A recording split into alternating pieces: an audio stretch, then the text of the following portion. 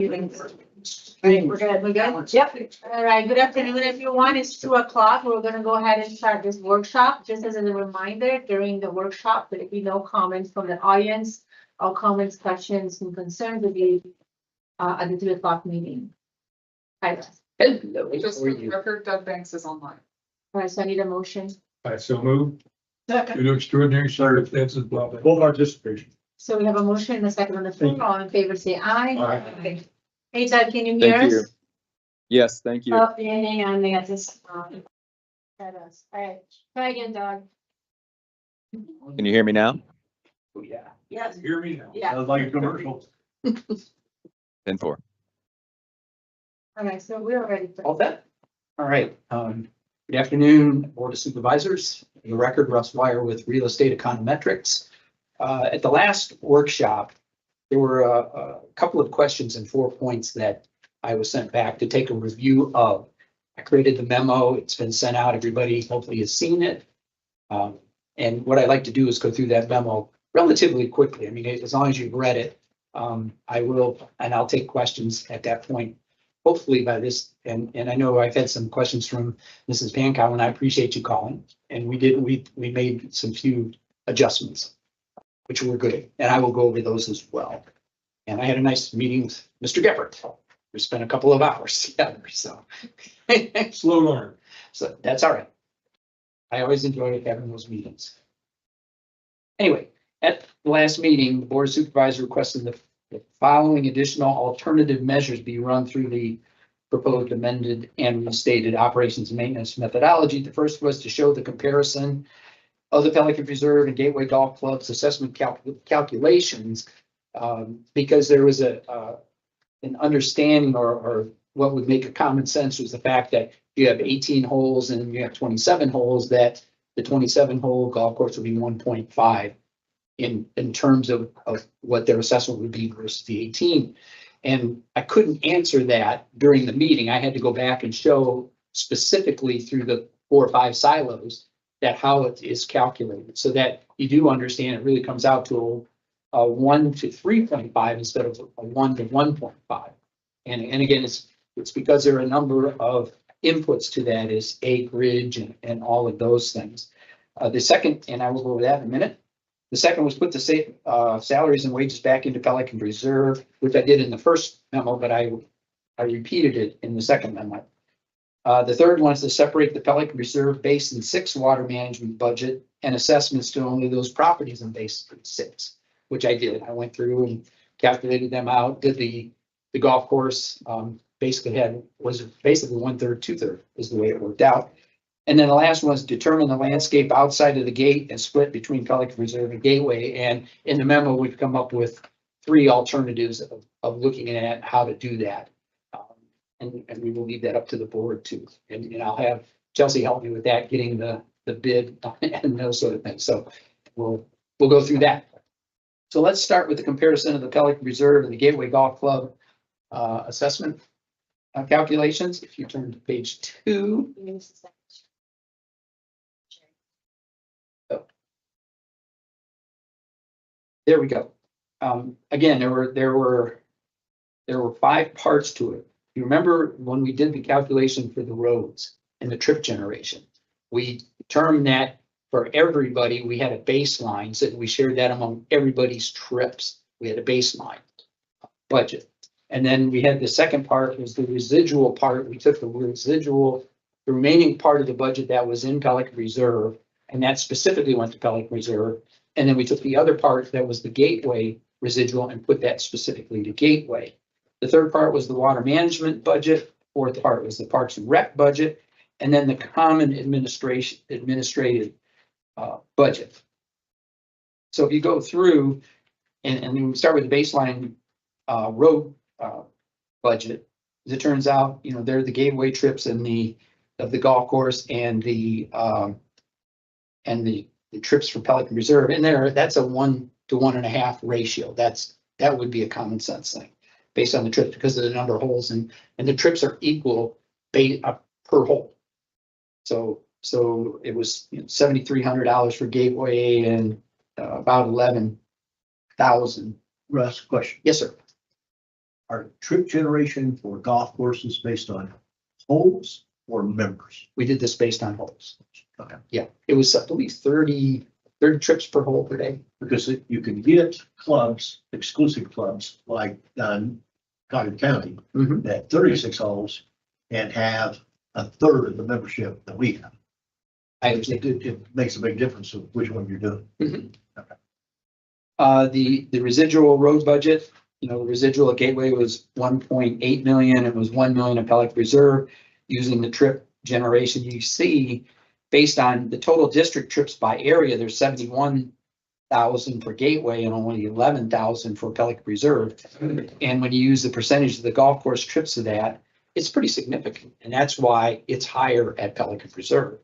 The 957 as a ratio to 11,000 comes out to about 8% of the budget. And the trips on the Gateway Golf Course is 643 compared in ratio to the 71,000 trips. So that's about almost 1% of the budget. So you can see there's a significant difference there on the trip generation for the residual road budget. In terms of the water management budget, the same situation is there. We have within Gateway itself, 658 water management acres. The golf course is 38.21. And in the total district water management acres in Pelican Reserve is only 300 acres. And there, the golf course is 55. So again, it's that ratio of the acres to the total acres for each of those areas. That's why there's a huge difference there in the water management from 42 to 100. It's almost $100,000 difference. But that's, again, it's that ratio. Parks and Rec, so that's basically the same. It comes out to be, they're both 33.91 and they both get a 0.15 EAU. And then in the common admin budget, we gave each of those an EAU of 1 per the number of golf holes that they have. So if in Gateways, there's 18, so they got 18 EAUs. And in Pelican Reserve, they got 27 EAUs. So when you look at the percentage, that's 0.23, 0.34. So the difference there is roughly $2,000 between the two. Add them all up. That's where we came to the 69,000 for Gateway and the 244,000 for Pelican Reserve. Ratio, the simple logic like we talked about would be 1 to 1.5.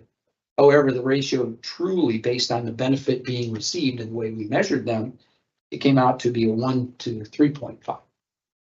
So I just wanted all of you to know I couldn't sit there and explain that last week because there were so many parts to it. But now we ran it down by item, so it gives you an idea why there is a difference. I've got a question. Yes, ma'am. So it seems from your analysis here that the basic issue is that Pelican doesn't have as many units to spread it over the cost over as Gateway does. Gateway has twice the number of units. People, The shared ratio. the shared ratio. It's different. Yes. That's it. So we have a lot less. We only have the 2,500 Correct. and they have what, 7,000 something or other? No, it's 5,000. 5,000 Yeah, something. it's a 1 to 1/3, 2/3 ratio when you look at the number of units. No less than So- 60/40. If you used holes on the common administration budget and you used the EAUs on Parks and Rec, why can't you use holes on the roads and the water management? Because they are measured differently. The roads are measured by trip generation, so we have a trip generation calculation for the golf courses, as we do for the residential units. The water management is based on the number of water management acres. So you wouldn't use it. It's not, and you can't, if you're gonna do it, you'd have to measure them all under EAUs. Then you can't mix apples and oranges. Well, what would happen if you did all of them on EAUs?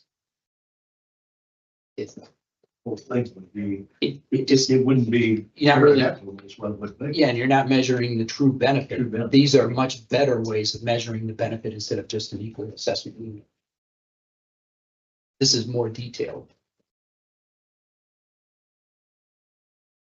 Between the permeable and the non-permeable. Pervious and impervious. That's That's the driver. Because I asked similar questions. And the trip generation is also a factor. That the assessment methodology is very different between three components. Okay. So I did that for you so you know what those things were made up of. I didn't like it any better. I He understand. was listening. I know, but I understand, because I couldn't explain it to you right here. I had to run the numbers so you understood by each one, but I didn't have any. So. The second one's put the salaries and wages back into the Pelican Reserve benefit measurement silo. Again, this is a repeat of the first memo where under the assessment calculation with the salaries and wages, when you add them back to Pelican Reserve, the total Pelican Reserve residential parcels, your salaries and wages per unit comes to $107 when you add it back in. So when you bring the salaries and wages back over, it's gonna cost $107 per Pelican Reserve unit. So when you do that, and then we had the new remember, we have to subtract that on the other side, so then I had to calculate on the overall general administration budget, I had to take those salaries and wages out, so it's a little bit less. So the new general assessment per unit, both for Gateway and Pelican Reserve, was $182.24. So when you add those two together, under the residential parcels, you had $289.24 if you take your salaries and wages back based on this budget. And the Pelican Reserve Golf Course is the same. The current general was $216.29.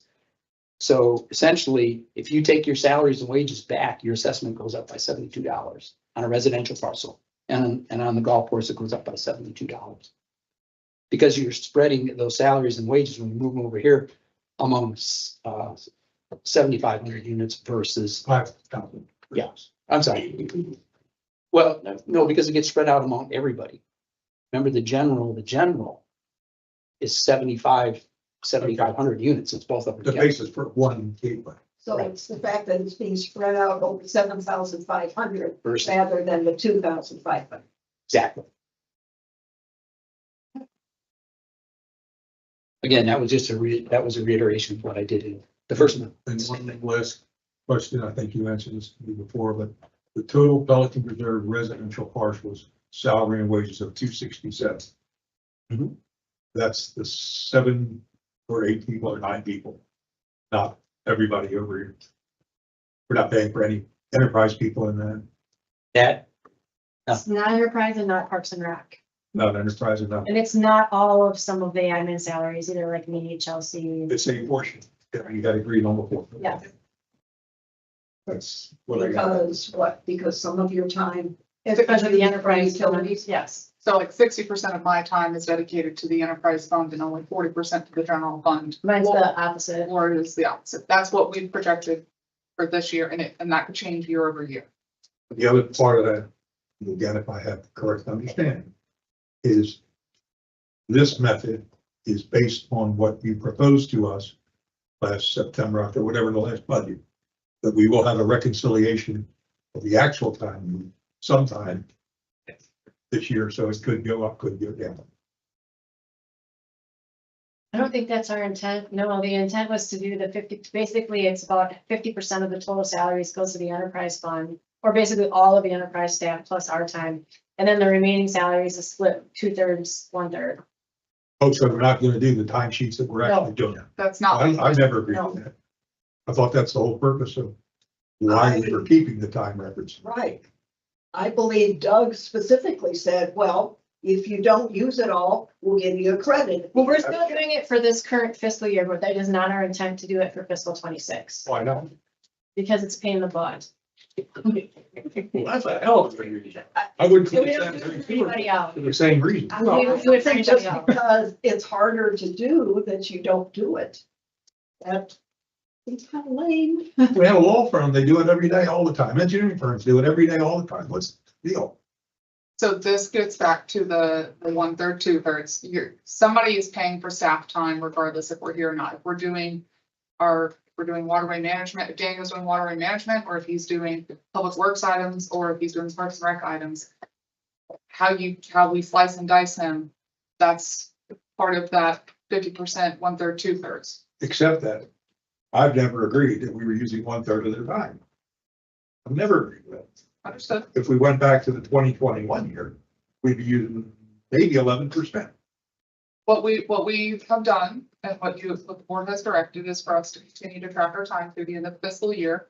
And we're gonna provide that report. I think we were gonna do it quarterly, No, twice a year. twice a year, because Laura needed to add in the PTO and the holidays. And we were gonna see where the numbers actually fall. But if we don't react to that, I mean, if there's a wide disparity, I would expect that would be changed in the budget. Otherwise, I agree with you. Why do it? Well, If we're already set on 1/3, 2/3, Well, ultimately, it's, do you want to keep the salaries in silos or not? And then at that point, we're projecting every year, we're doing that percentage sheet. We're trying to guess how many hours we're gonna be spending in the next year. Whereas this is 50%, period, of the total salaries of the district, and that's shared amongst everybody, other than the Parks and Recs. Parks and Rec stayed in that silo because of how the board chose to treat Parks and Rec, with the different entities getting a proportionate share. So ultimately, it's up to you, but as it sits today, and I think We as Russ is Three presenting, buckets. you have 3 buckets. There's admin, Parks and Rec, and enterprise. do we get is there a recommendation that recognizes the true burden of what we're actually spending based on the timesheets? Or is that not part of the one? 3 choices we're getting? That's I not, need a 4th choice. the board so wishes, we can do that. That's what I thought was the whole purpose behind. Well, but all that boils down to, it goes back to the silos, because that's, we're tracking by silos. I'll take your word for that. I don't care about that. All I care about is that we're paying for what we use appropriately. But we're not just using an arbitrary 1 to 3 number. Now, I'm okay 1 to 3 if we go back to the 2021, 22 number, when we were at 11%. So if you take us to 11% instead of 1/3, I'm okay. So are you okay with 1/3, 2/3 if the true tracking is higher than 1/3? Yeah, Because it's less. right now you're Yeah, using right. less. You're paying, our proposal is 1/3 of a half, which is 17%. Right now, you're using 20% of our time. So it's actually. I never see that on all reports. Every report I get, we're always green. Every single report you're sending me with everybody's time, I've never seen it red consistently, week after week, month after month. And I always call it, I said, we're still under running, right? Yeah, well, if we're still under running, how can we be more? But because you budget for 20? No, what I did is I took the total hours, I looked at all the hours that we're tracking. So not everybody tracks their hours, but of those people that are tracking hours, which are those that had percentages allocated to Pelican for this fiscal year. Of those total hours, 20% of those hours, not including PTO and holidays, that's actual time spent doing things for Pelican, is 20% of the time that we tracked so far. So 1/5 of all of the time that somebody is spending physically here in Gateway is being spent on Pelican stuff. So we're gonna continue to track through the end of the fiscal year, but right now we're discussing assessment methodology. And the option, we provided 5 options, and one was status quo. But the board said we want to do the 50%, the 50%. The thing that's driving me, Bobby, was in prior years, we had the staff allocation time, we got a chart. It just had hourly or percent of their time. And last year, when we did this, correct me if I'm wrong, but of the 7 or 10 people that were involved in this, everybody but Laura went up. Everybody went up a minimum 50%. Some of them went up 200%. That's where I chose. If that number had been identical to the prior year, which may not have been fair, I'd never have gone out there. But that was a hell of a 1-year increase. And that's what drove us, let's do the timesheet, see what we're really doing. Anybody else think that's unreasonable? We're still If you have a tracking, no, 50 and a 100 or 200 we're still tracking, no, we're still tracking. You're not gonna react to it. That's what I thought. It's not for us to react to, it's for the board to react to. What you're recommending, 1/3, 2/3, so that's no reaction. 1/3, 2/3 of 50, Right, no, I'm with you, yes. but that's not a reaction to Which is actually less than what you're getting right, the percentage you would pay is actually less than the percentage you're currently using, so the projected would be a About 17. 17. Right, and you're using. That's what I'm saying, we're using. Yeah, Percent. yeah. As of today. As Use of today. of like things like you recommend, how can we cut back? We don't hold monthly subsystem meetings now. We only hold, ponds is every third month.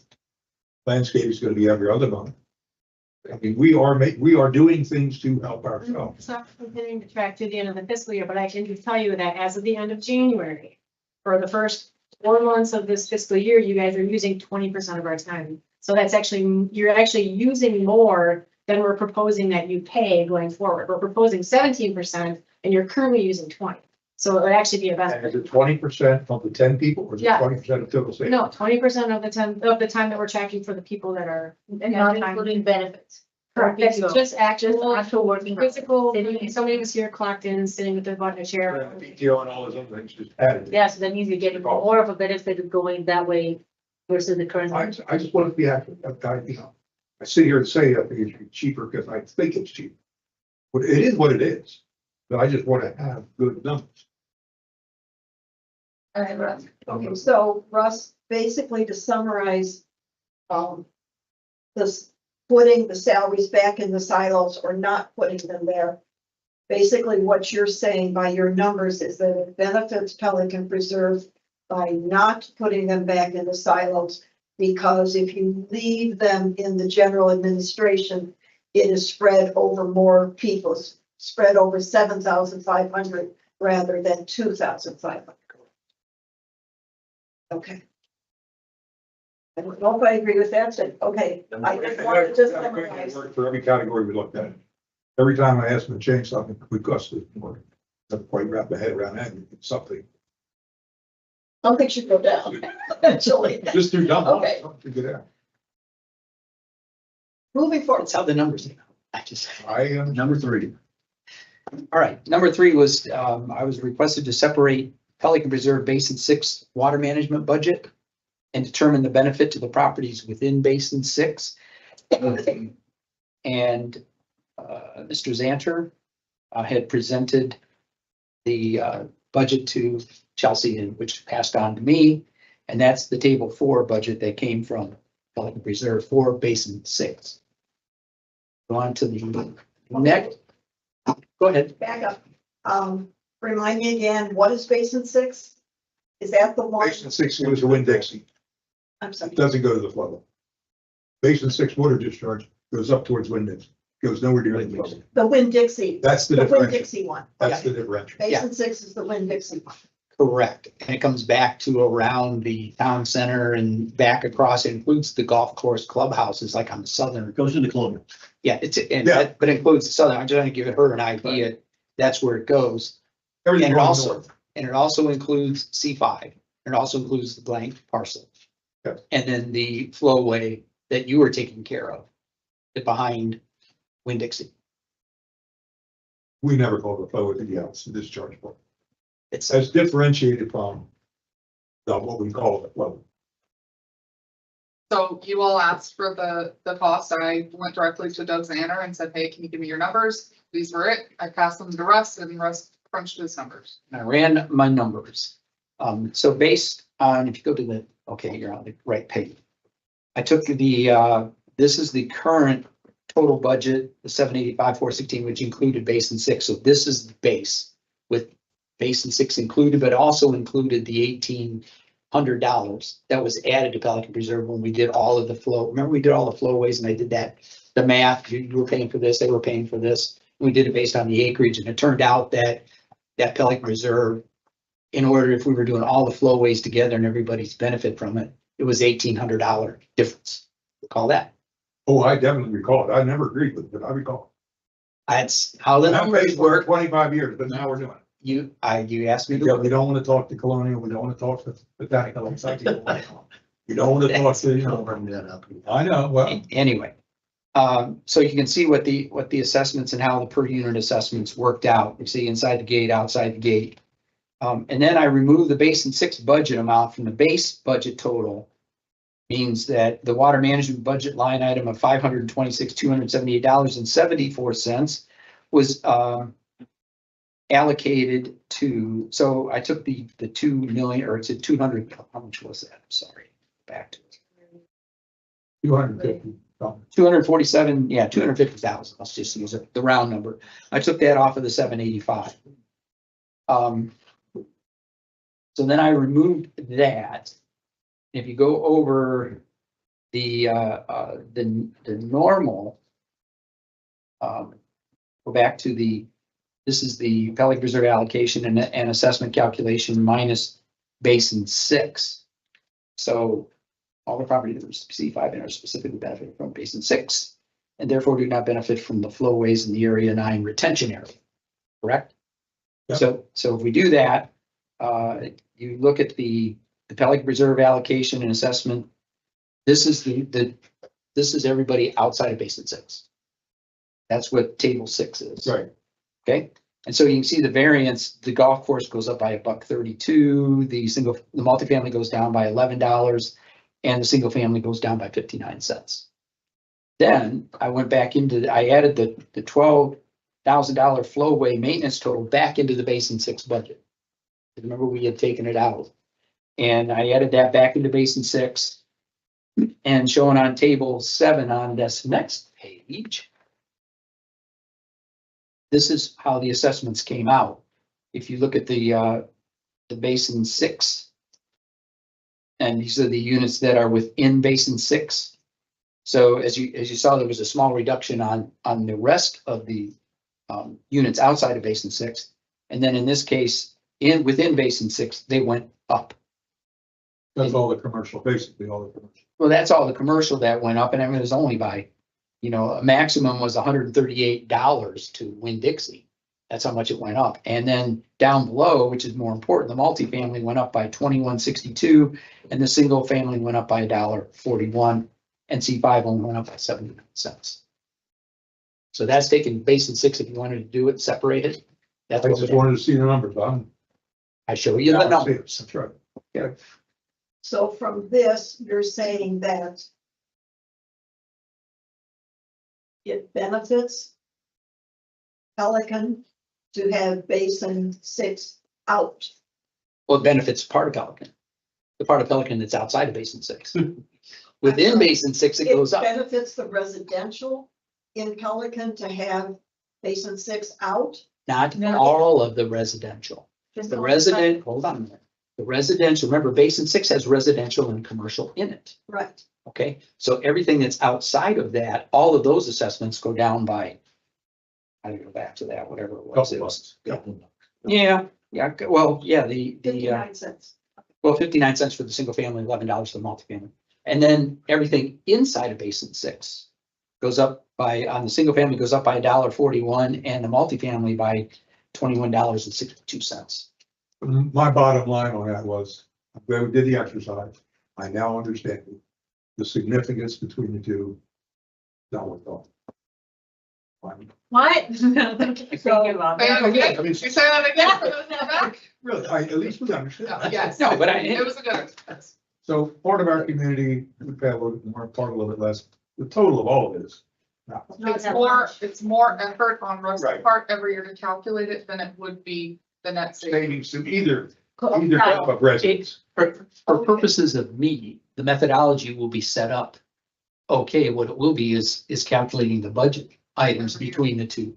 That would need to be calculated every So year. Doug would have to. carve That's not out gonna change. basin That's, 6. the only thing that'll change is occasionally some cost. Yeah. If the lake maintenance goes up a couple bucks, but again, it isn't worth the effort.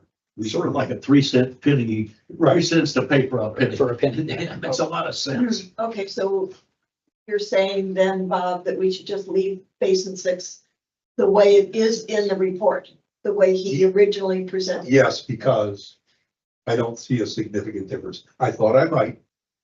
I thought it could be as much as a third.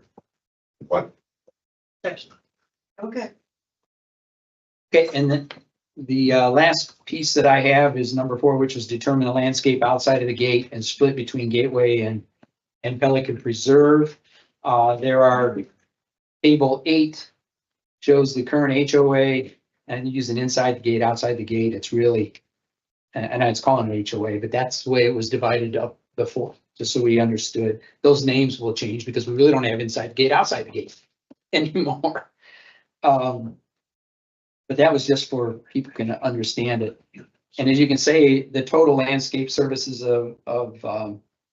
within the landscape services was 871,000 and 87.95 went inside the gate and 110,000 went outside the gate. And if you remember, the 87.95% was strictly inside the gate. That's where that was apportioned to.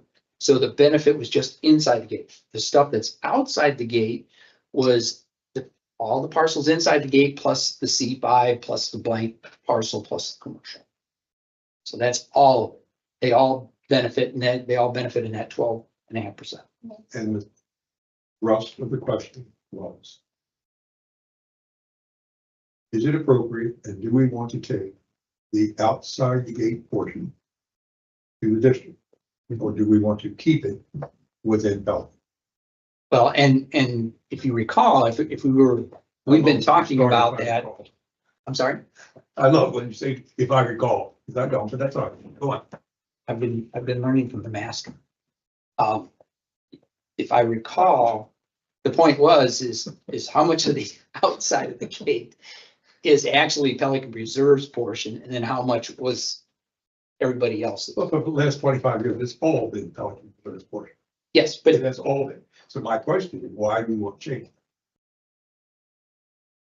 we, And well, the only, like we did on the Basin 6 type thing, I would just like to see the two different numbers. And Chelsea had that conversation. I really don't have any understanding of whether it is a benefit to Pelican to keep all of the outside the gate commercials like we have for 25 years, or to change it.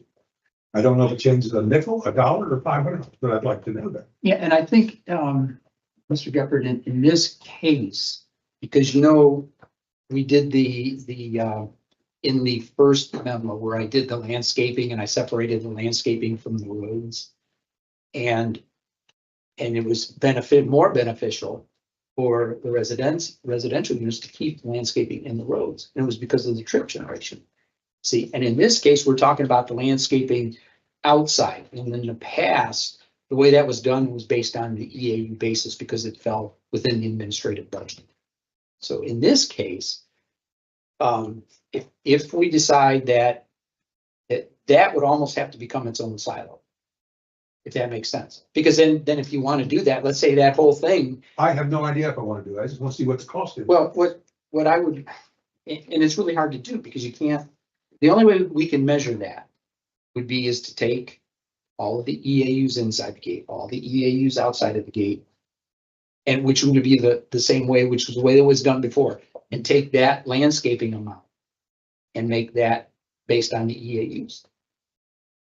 Because you can't use trip generation because our trip generation calculation includes your inside the gate, which is different than what they are outside the gate.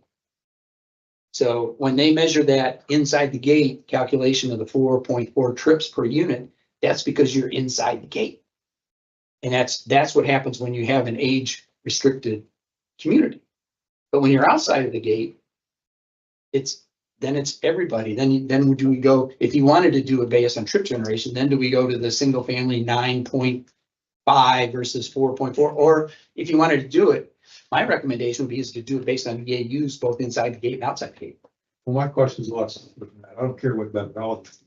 But if all that money that we have had for 25 years stays where it is in Pelican, what's the impact? Versus if it goes this new way and comes over the gateway, what's the impact? Are our commercial properties paying $10 a number, whatever? And Pelican would get the benefit of a $10 income like we had, but now we're only getting a $3. And the other $7 that was never over here before and now comes. So that's what I'm trying to wrap my head around, that differential. And If we left it as it was, however you calculate, however you calculate, if it all stayed in Pelican, how's the impact on Pelican? The other way to calculate it, and I haven't done this, but the other way to calculate it would be is we take that landscaping, say, here's Pelican Preserve, and that gets, allocated probably on, because it'll be a part of the roadway budget, because it's trip generation. So then everybody would get the same inside except for the golf course. That would be the first thing. If we could calculate, how much is that budget from your wall to the sidewalk? All the way out plus the two sides, that amount. And then the rest of the amount would go over to the gateway side, because the trips of C5 and the commercial all goes over there. And they would be paying out of that one. Why would they go there? But back to my question, why would they go anywhere? Why do you want to, why should we want to remove it in any way, shape or fashion? I'm saying that's how it will be done in terms to be able to do a measurement. If you wanted to keep it over there and you wanted to keep it in the Pelican Preserve budget, you wanted to keep it over there, the EAU method would be the best way to do it. Whatever, I just want to see what the differential is, what we have or don't have. I would have to run that, to say, hey, listen, Again, we, every time I've asked for it, it's always been negative in revenue. This will probably be negative too, but I'm just not saying. I understand. And so there were three, So what does table 8 tell me? table 8 is the current way it is split. So in other words, within the inside the gate, 766,000 in terms of the landscaping portion, and outside the gate was 109 or 110,000. So the 766 was split among all of the residents inside the gate. That's going to change. That's going to change a little bit, only because now we're doing it. If we keep landscaping with the roads, that just means that the golf course is going to be paying based on their trip generation. Yes, sir. Russ, why are you using the term HOA? Inside, HOA outside? Because that's, the HOA was, when we were doing the methodology a long time ago, they had that calculated. That's how it was done. The There's no HOA is agreement that doesn't exist anymore. correct. So why are we still using that category? I'm just curious. So I think, It was done that way for the fiscal 25 budget, which that was correct, and when we did the budget. Okay. what the board requested of us was current to propose. So this is using Current. the current numbers with the current percentage split. And then, And none of us ever liked it, but it's just what we had. yeah. Yeah. We all understand it. Answer your question. Okay. Bob, Thank you. I know you keep asking why. For me, I would not be doing this district any due diligence if I didn't ask that same question back to you. Why are we only doing 12.05 split? Who came up with that number? Are we treating tree line like we're gonna treat Gateway Boulevard and Griffin, where it's a cost share amongst everybody? If we want to keep it status quo in Pelican and just the commercial parcels pay that. So part of this process with Russ is looking at everything with a fresh set of eyes. So I think you've run the numbers, or you looked at? I have not. You haven't had the chance because it was cumbersome, right? And you didn't have time. Well, we haven't, I'm trying to get the direction to understand how we do that. Now we got the budget numbers, and the first thing is how are we going to split that? Remember, because that's why we gave the alternatives. And that's what I was going to let you present. But then can we turn around and say, if we do have an exact, not an exact, but an actual number for the Pelican Preserve amount, and that gets put into the landscaping and roadways based on trip generation, then the outside would be over with the gateway side, because they already calculate C5 and all of them for the trip. Well, see, I'm keeping, when I'm saying outside the gate, I mean C5 stays and the commercial area stays where it has historically stayed. For the landscaping, for I'm everything. saying for everything. I We can't, do it for the water, and we're doing it for the, but I can't do that on trip generation. Why not? Because we did it for 20 years, now I can't, that's wrong. no, what we did for 20 years was you had that 12.5%, and then it was split based on EAUs. If we're going to keep it as a trip generation, then that amount goes over to the gateway, as do the trips go over to gateway. It's So- everything. What I've suggested, right, wrong, or indifferent. And from a management perspective, I see tree line like Gateway Boulevard or Griffin, right? It's a common road everybody uses. From Pelican's wall to the back of Walk, that landscaping and that maintenance responsibility in my eyes, would fall to Pelican, because that's part of their landscape buffer easement, which they're required to do as part of their development work. Everything else, Sure. minus your monuments up at Colonial, everything else would be shared. Because, and I suggest keeping the monuments with Pelican budget and Pelican responsibility, because if you do ever choose to sell those, that money's gonna go back into the Pelican pot. Right? No, I got that, I'm with you. But that's But what they I, are very different, I mean, they're fundamentally different, because, you know, all that area is city of Fort Myers versus over here, nothing's city of Fort Myers. So, I mean, there is a rationale to separate. I don't know that I want to separate, well, but I tree would like line to, is the responsibility of Lee County. Just change. right? No. Since tree line was put in, it's been the responsibility of the county. Yeah, I The know only thing that what changed Pelican- was lighting. No, the maintenance responsibility of Tree Line Avenue falls with Lee County, even though it's in the city. Always the. even though it's within the city. Yes, The county bought that portion, yes. a portion, a southerly portion. Westinghouse else did the northerly portion from Pelican Reserve Well, Boulevard. that's how we got it, when there was only a northern portion. And I'm still trying to understand why we changed. And what did we just, We turned over, we just had an agreement with the county on, for tree line. for the streetlights, we turned, Street- For the lights. streetlights, we turned those over to the county. I, And we had to spend money to upgrade the lighting to their standard Yes, ma'am. before they would accept. Yes. Okay. well, how So difficult, then, Russ, tell me what table 8 and table 9 mean to me. The,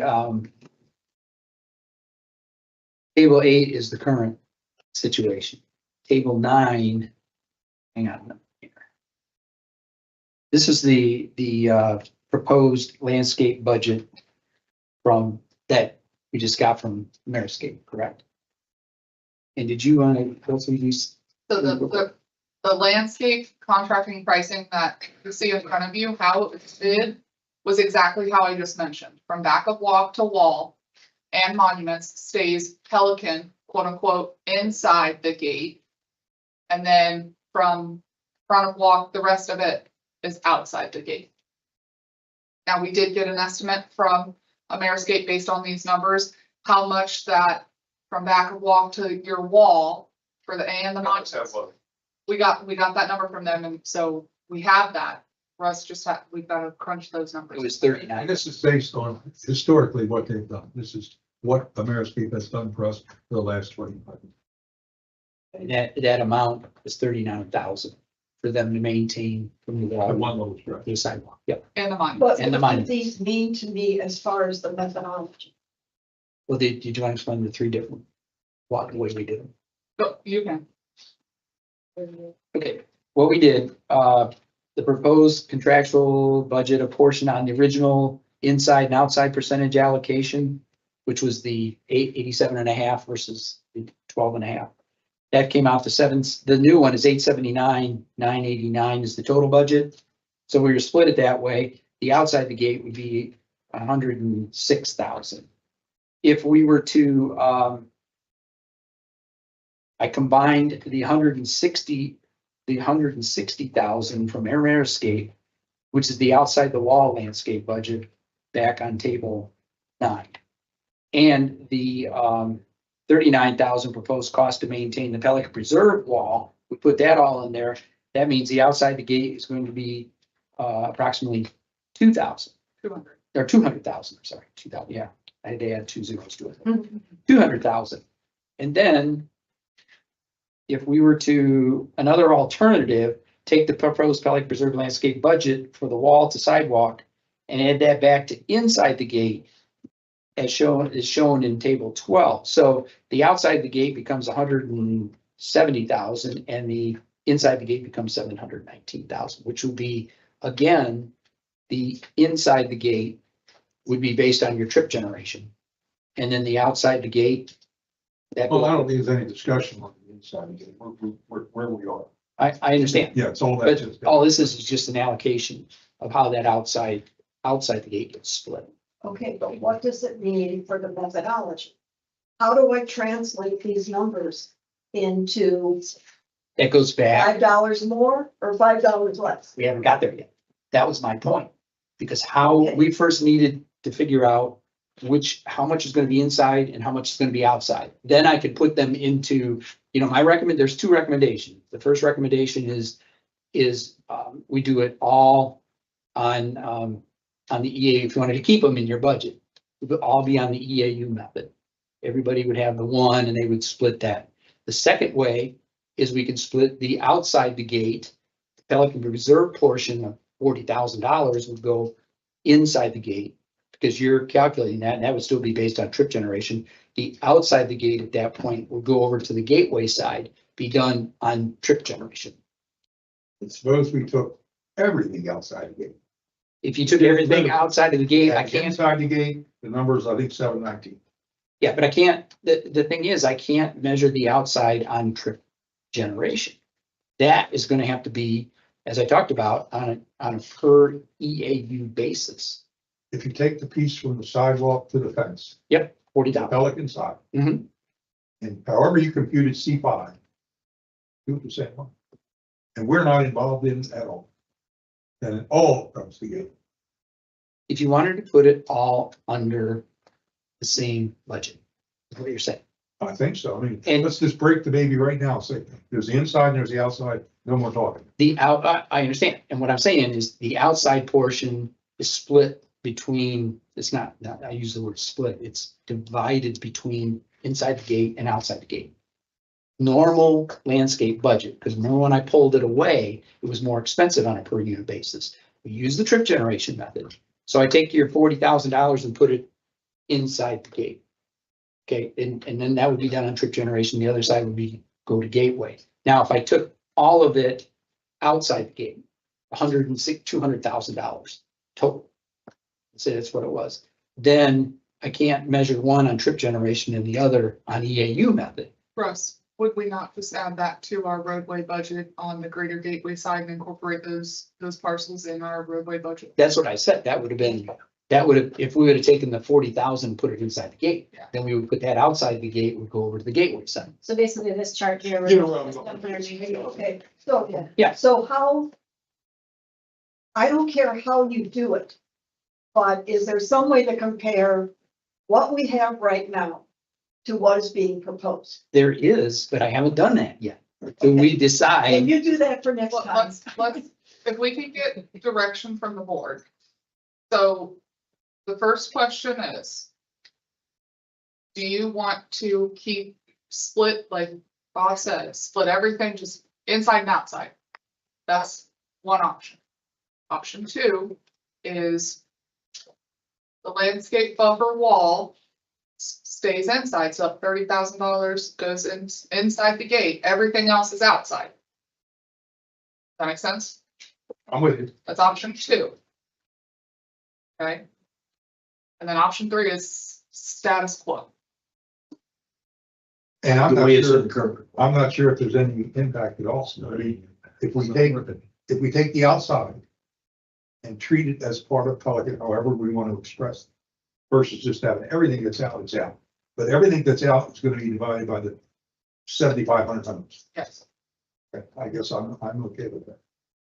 Just let's But not that's talk what- anymore And that's what you're proposing about inside now. in your report, isn't it? in this particular one, we haven't gone through that portion of that yet. And the reason I say that is because if we were to take, we do inside and outside. To me, I said it's be measured like the EAU basis, the outside portion of that budget, 160,000. You see, and if we take and put yours inside, then that 160,000 will be done by the EAU method, which is the current method. That's what we do now. Remember, that's how it's all based. So I So asked Chelsea another question in the middle of this. The landscape budget we're currently looking at, is this outside portion in that landscape budget? It's, the pricing that we received was inside, outside. Okay. So we- Outside is from front of walk Back. to the other side of the road, to the other side of the right of way in C5. Your wall maintenance is inside the gate. And I'm saying we just get away from that entirely. The whole, anything that's outside is outside. The whole thing goes in. That is a policy I know, decision, and I'm yes. just trying to get it straight by head. If we just take everything that's outside, it's outside, it's all gateway. It's common, as we're saying. And then the only thing that Pelican is dealing with landscaping and roads is what's in. Is that an option? Do you want to keep the monuments too? So inside in the monuments. Yeah. Inside. Is that, and it's too small. that's a policy decision. Well, I gather, I'm sure I'd like to know what the impact of this, though. I don't think you would do that. Well, the financial impact will be the $40,000 we talked about. If that's The $40,000, Yeah, the $40,000 would be thrown into the general big, budget yes. versus inside the gate. Yeah. That's the difference. Because you're spreading that, and that's based on trip generation, so you can't really say, well, it's 2/3, 1/3, it doesn't quite work that way. But the value about that they're looking for is the 40,000, currently, but then whatever the latest. Yes, So the only thing we're talking about is whether we treat the wall, from the sidewalk to the wall, as common gateway items for the Correct. resident. correct. And I'm saying, let's treat it like, if we're gonna go this way, let's just treat it like it's all outside the walls. We won't ever have to have that conversation anymore. I don't know what the impact is gonna be, but I think it's gonna hurt anybody. No, you're spreading, The $40,000, instead of being paid by the 2,400 homes, is now gonna be paid for by the 7,400. yeah, so you'll get your portion of it. Yeah. Based on trip generation. So that's clean. We don't have to have any more than scrap of it now. Agree. So can you have that for us next time? Well, I think what Chelsea says, it's asking, is the direction from the board if that's what we want. And then, yeah, Okay, I would like to see that from. We need to take the action with any immediate. In the meeting, right? Just get a couple minutes, there's where we step up. So monuments, a tree line, and inside, stay inside. Monuments at tree And line. everything outside the wall is outside the wall. Okay, you good with that, Russ? that's fine. Okay, so then Russ will crunch the numbers for your next meeting. And bring that back. Was that the last item on Anything yours? else? That was it. Okay, I was wondering, because we cannot talk to each other except here at the meeting and at workshops. So I did a lot of looking at and called Russ a couple times about the ponds / waterways, that whole section. And in my humble little brain, it basically came down to the difference between 2020 and 2025 was that in those intervening years, there were weirs installed. And so that I believe the way we have it right now is that there is one weir that stayed with Pelican, and we have to pay for the maintenance of it and all that sort of stuff. And all the other weirs went to Gateway. And I was wondering among the board here, is that your understanding of it also? I understand it is. Pelican had nothing to do with anything, because Pelican had nothing to do with the flow. It just happened to physically come down in our community. When all the I thought weirs, we paid for a weir. no, we paid for an adjustable. Okay. All the weirs have always been in place. Yeah. But based on the experience with some flooding, we collectively decided that we wanted to have an adjustable weir in Gateway and an adjustable weir. Two of them. We had it in Gateway, we didn't have it in Pelican. So We didn't have the adjustment. I thought, Yeah. no, we did one in Gateway too. Gateway had- Three weirs. Gateway had 2 weirs, both of them had adjustment capability. Pelican had 3 weirs and it Had had two. no Only two. adjustment. 3, One is out at 75, that's not. but that's still part of the flow rate. All of those are non-adjustable. It's water over the dam. If the water isn't over the dam, it doesn't go over. Right, That you can't get any more water because there's no sluice gate so, or any device. so we added the weir, the adjustable portion of it to help ourselves in the event of a future. Yeah. And Pelican Preserve paid for the weirs that we put in Pelican. Okay, And Gateway paid for their weirs. Those are paid I for, don't know who paid for bond, what. they're paid for the bond funds, they came out of Oh, yeah. the, but yeah. I just want to go back to landscaping. okay, no, wait, can we finish this? So because you guys have dealt with ponds and waterways much more than I have. So are you comfortable with splitting it that way, the way Russ is proposing? Where basically one of them, that expense still stays with Pelican and the others, The only change, Carol, the Go. only change that I know of, in what we're doing, and what Chelsea and Russ have proposed, is that now Pelican is going to be sharing for the maintenance costs of the flowway. Or for the last 25 years, we did not. That was exclusively an expense of the district. okay, So, and the reason we and we're Carve- sharing have we carved basin because six, their water comes through us. Well, you know, there, then the whole. everybody's water goes into the flowway. That's why we're doing. And that's why it's important we took basin 6 out of there, because we don't, basin 6 water doesn't go. No, that's an exception. Yeah, that's the exception, and we recognize Okay. that. So, you know, I don't I like think- it, I'll still complain about it. But the way we got it now, I believe is correct. I would feel a whole lot better if there was a way we could force Harborwood Colonial. Like, Why did I know that was coming? I would like to throw dams up there and let them keep them. Well, That, that's that, the airport, that should be too. that, So basically, the water portion of what he's presenting, you guys are very comfortable. I'm comfortable. And Flavia, you too? You're comfortable with it? With the waterway? Yeah, Mm-hmm. Yes. the way Russ is presenting it Yes. and the way things are being split. Yes.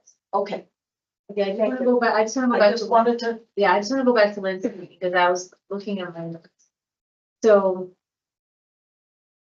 where do we stand with Timber Ridge and the easement from there? Are we paying for it? Is that getting divided by the Gateway residents or that's getting, because that's going to be the same issue that I felt like, am I didn't right? understand the question, I'm sorry. Hold on, So Timber Ridge, before it becomes that question, is a Chelsea question. Timber Ridge, when that community was constructed, they put their wall right on the edge of the right of way. And so they have been contesting with staff that the landscaping outside of their wall, although required as part of their landscape buffer easement and approval of their development order, that it's technically in the right of way and it's technically district responsibility. So in other words, it's got like a 10-foot buffer easement, 5 feet in, 5 feet out, and the 5 feet's not their property. Yes. So just So like, that- it's so just that- Through the attorney. Yeah, I thought the 5 feet was Well, their property. the same, it's the But it's same, the same concept that, what I'm thinking is that right? You see what I'm going? It's the same concept that would happen if the Pelican Preserve, if we take it from that wall, what I foresee is them asking for the exact same thing.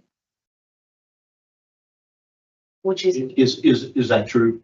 Is well, the, they have, I mean, last year I met with their board and that's what they wanted. I remember when we had, but my question is, I believe it was me, you and Keith, and that's what they wanted. but my question is the property line and the ownership, which is inclusive of the buffer easement, included in Pelican or outside?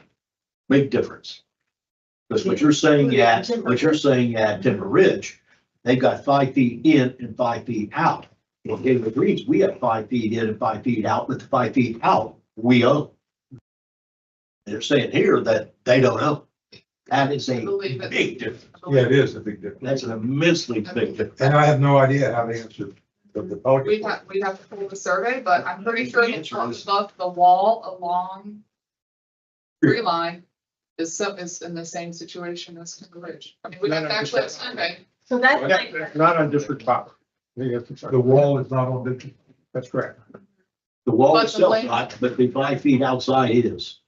now. No, it's maybe- the right of way, it'd be the Lee County right of way. None of it. Well, I mean, yeah, it's. A gateway, the 5 feet outside the wall, the easement's 10 feet, 5 feet in, 5 feet out. But our ownership goes 5 feet out also. What you're saying here is the ownership does not go outside. May not, you have to Well, refund That's it. a big. We'll bear, So that's my only hesitation. Do you see what I'm going with? Bobby, do you want me to look that up between? It's just- Well, but Exactly. is there a difference in ownership Whatever and they easement? decide, just expect that. No, but, you know, I was talking about the landscape easement, Oh, that's which what we're is talking. currently there. It's a different issue than ownership. No, but if the landscape easement is what. Gonna go back and refresh them on what exactly they asked us for. We need a map to see just to make sure, because I think what we're talking about is two different agencies. Haven't all research it, and bring it back to you guys, and you guys meet with Russ. Does that work? Yeah. Maybe we can work together and look at it, yes, maybe with Ed. Okay.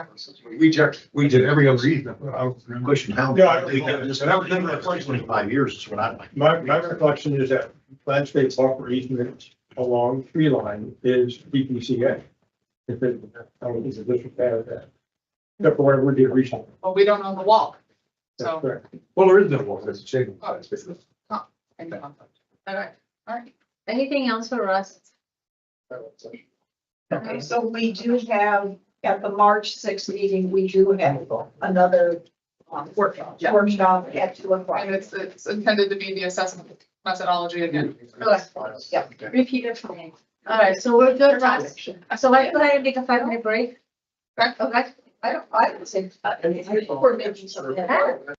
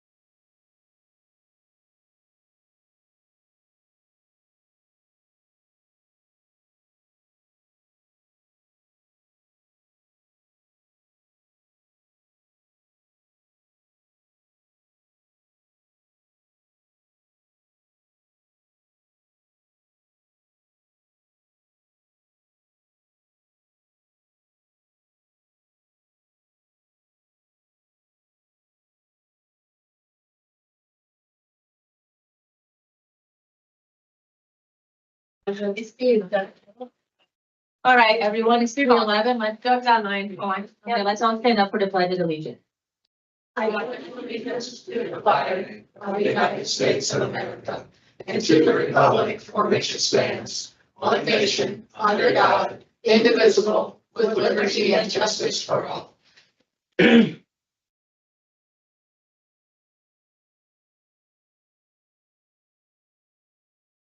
All right, let's go ahead and have roll call. So in attendance, we have Bob, Carol, Ed, myself, and I believe we have Doug online. Yes. All right, I need a motion. I make a motion to exceptional circumstances. that Mr. Banks gets to participate. And Owen. Fully. We have a motion and a second on the floor. All in favor, say aye. Aye. Aye. Hey, Doug, can you hear Thank us? you Yep, All right. I'm good. Thank you. All right. And I would like to move, to add agenda item 11K as in height, which would be the methodology that we're discussing. It is not an agenda item on, and I thought it was supposed to be That, an agenda item every meeting until we actually adopted it, but it isn't, so I'd like to add that, before we approve the final agenda. Russ asked if we could, if you approve, if we could like move it up so he can, well, instead of having to give it right last. well, that being said, I'd like to, the branding gentleman could not make it today, so if you want to put it for A, and I'd like to move A to the Okay. next meeting. Okay, Okay, that's fine. so is that your motion, Carol? Yes, Okay. that's my motion. So Kate So- just went to A. Okay. And it moves to next going to be, I'm not gonna repeat that. got that, Georgia? All right, so we have a motion on the floor. Second. We have a second, all in favor, say aye. Aye. All right. All right, we'll go ahead and go public comments. Have anybody? I have a stack. Okay. So just a reminder, the majority of these are actually non-agenda items. I did move the assessment methodology stuff in the thing since they are now part of the agenda. So I have 3 agenda and like 5 non-agenda, 6, something like that. Okay. First up is Tamara's on regarding item 11D, the lift station on Girl Scout. Reminder, 3 minutes. There's a little handy thing up here. It goes green, yellow. When it's red, you're done. On the Girl Scout? Yeah. 11D. 11D. Okay. If you can please state your name for the record. Sure, I'm Tamara Zahn. I live in Pinecrest. And just real short, I saw on the agenda for 11D, we had the lift station and the smells at Stony Brook. I just wanted to make a suggestion or request that we also include the one there at Girl Scout Lane, because it's awful. I know at several other meetings, we've had a few people comment on it just generally. And I thought since it was on there, we could, whatever we're looking at or assessing, if we could add that. Are you talking about the one at the church? Yes. All right, thank you.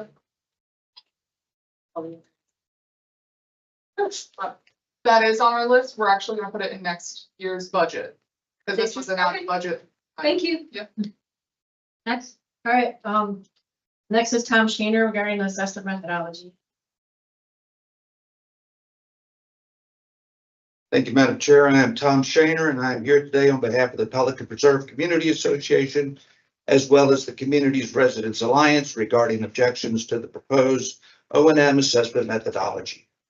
While we had hoped to be able to discuss these concerns with representatives of this board prior to today's meeting, we were unfortunately not able to coordinate such a meeting until tomorrow. Perhaps we will be able then to lessen some of our concerns during that meeting. But based on findings of an independent assessment methodology consultant we have engaged, we will object to the adoption of the proposed methodology, as it is arbitrary in nature and not fairly and reasonably allocated. Specifically, we object to 1, the usage of the baseline methodology for the roadways and landscapes, 2, Pelican Preserve landowners receiving an assessment for parks and recreation, 3, capital outlays included in the administrative portion of the proposal, and 4, any reliance on the repeal of Rule 6 to justify the proposed changes. To be more specific in 2 of these areas, which will be better reviewed in our planned letter of objection, I refer first to Parks and Recreation assessment. We object to the methodology used to calculate the assessment. We find that the calculation used meets the standards of arbitrary and capricious and fails to meet the definition of a valid assessment requiring a fair and reasonable apportionment of properties being assessed. As has been previously determined, Pelican Preserve receives no benefit from such parks to which we have no access, direct access. Now, with the intent to reduce the Gateway resident share, the district proposes to arbitrarily allocate benefits to Pelican Preserve without support. As to capital outlays, we object to the inclusion of such, in the administrative assessment budget. We find that it includes the allocation of capital outlay for the administrative building construction. This expense is not an administrative cost, but a capital expense and should not be included. As stated, we find the assessment allocation in the proposed methodology to be arbitrary in nature and not fairly and reasonably allocated. Nevertheless, we do not wish to pursue legal remedies, but rather to discuss alternatives based on prior findings, and further to consider the PPCA's perpetual ownership and operation of certain categories of improvement to avoid unnecessary and protracted legislation. Thank you. Next is Ed Hedges, same topic.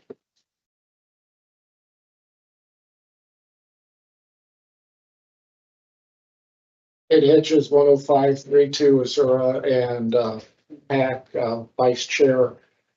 I've been trying to analyze the impact to the PPAC budget with the new assessment methodology. And some of my concerns are not so much with the methodology, but just which budget items go into which bucket. And in this last memo that Russ did, he provided more insight into what line items go into the landscaping and what goes into the waterways. And I've been able to match up the roadways prior, but there's about 10 or 11 line items in our non-labor line items in our PPAC budget, the O2 fund, that don't show up in any one of those buckets. So, where are they going? They total about $470,000. But we used 540 some thousand of our existing funds to offset some of the costs, keep things down.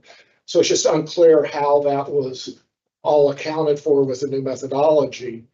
And I think the only way we're going to be able to know what the impact of the new methodology would be is when Russ gets his new spreadsheet done with all the new allocations, is actually plug in the 25 budget and everybody agree on which line items go into which buckets under which methodology. Then we could really see the true impact of the new methodology and what it would have, because it may not be apparent with looking at it piece by piece like we are. Some things may have fallen between the cracks a little bit. In the new methodology, there's also a separate Pelican admin bucket, which is where I guess some of those items are missing from, but there's not a separate gateway admin bucket separately. And it seems like some of the items that are in that bucket or in the admin should go into a separate gateway admin bucket. Some of that I think is just to maybe be able to better account for the differences in structures. In Pelican, the O2 fund, we have our own reserves.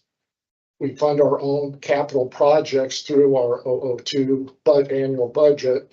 Whereas on the gateway, I understand they have a separate capital fund that's funded by bond issues and reserves. And some of the funding in this admin goes into that capital bucket. So are the Pelican residents being kind of double dip, paying for our own through our own O2 fund and annual budget, and through the allocation of some of those capital things. Anyway, thank you. Thank you. Oh, the property from on tree line, from the The walls. sidewalk The to wall. the golf cart on the inside of the fence is all community association property owned by the community, and the wall sits on community association property. That you guys had that question in your workshop. But on the outside towards the street, The sidewalk, outside. the sidewalk to the wall is community association property. Thank you. Right, the rest of these items are not agenda items, or if they are agenda, I couldn't line them up with anything, so my apologies ahead of time. Kurt Shaw regarding pond work. Is number 11J. That was, I didn't know if I was on this week. One. Okay, I'm Kurt Shaw and Hidden Lakes Drive. Yeah, and I was on the agenda last time and you didn't get to it. And so then the next day they started construction and it was concerning saving trees in the backyard. They were able to do the construction without taking any trees out. I don't know if that was your decision. I don't know who made that decision. I just came to say I appreciate the trees being there and I'm glad it worked out. I mean, that's basically it. So I didn't know if I needed to come back because I was still on the agenda. So, All right, but thank you, if it didn't, whosever decision that was. Next is Tom Murphy regarding streetlights. Okay, so there's no consideration for agenda item J then? We'll still do it when we get there. Oh, This is just public comment. Hi, my name is Tom Murphy. I'm a resident of Stony Brook. Outside of our community, there are 6 streetlights, which it's my understanding that our community is paying for. Now, I know that when the lights or the Gateway Blue Water was turned over to the county, the CDD maintained control of the streets lights and they're going to pay for them. And so my question is, as a resident, it's my understanding that we continue to pay for those streetlights and we don't want to pay for them, basically. So how can we get those streetlights off our bill, because it's being charged to the lights that we have in our community as well. So we have 147, I believe, and there's 6 outside, and we're being billed for 153. And there's no other community within the Gateway community who are paying for streetlights, and it's really not fair that our community should pay for them either. So we'd like them taken off our bill. I don't have a bill. This is something you guys pay for. It's all in your hands. I don't have anything to physically say, here, this is what's happening, but I'm being told that that's what's happening. This is the easy one, we already went over. You have that ability and there's a cost under the current contract that you have. If my recollection does not fail, it was around $5,000. And then your HOA decided to not want to pay for it. And then a conversation came about that there was a different contract, and I believe Joe McCullough was to provide that. And then he wasn't able to find, because there is only one contract, there's 2 amendments to it. But yes, that can be done. But per the contract that was signed by you guys, there's a cost to remove that. And the cost is something that you guys are not willing to pay. Now, if you guys want to reconsider and look at your contract and see if you're reconsidering to pay that cost, then. So we don't have a contract. How do I get that contract? No, Contract that you have. I mean, I have it on my email. You have it, right, Chelsea? We can just forward it to you, the records request to Laura. Tom, I even received a quote from FPL, and you may want to re-engage with FPL, considering they're mobilized and maybe there's some cost savings. Okay, good question here. Is this the deal that Warren and I went around and Yes. around? Okay. God, it's a bad memory. I thought the number was 10, but I would give in to, I'll take 6. It sounds better. But the issue is, those are the lights that are out on the boulevard, correct? Yeah. The new lights going in will lead for those lights to be gone. No, They're like a traditional carriage lights that are out there. Oh, these are not the That's 40 right, footers, no. they're the carriage lights. Okay. All right. I could be mistaken. I don't want to put words. They are. They are. They're on 24/7, I also know that. Yeah.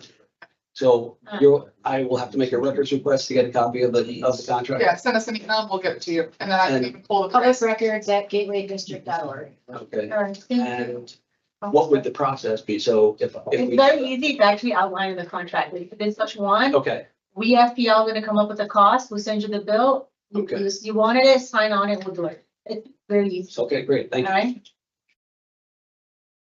right? Right, next is Vince LaFredo regarding irrigation leaks and Stony Brook gate access.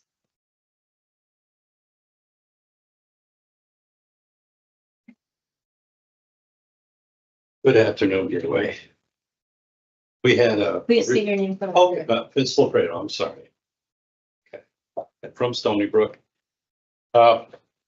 Several years ago in September, when I became treasurer of the community, and again, I'm speaking as a resident, not as treasurer of our community.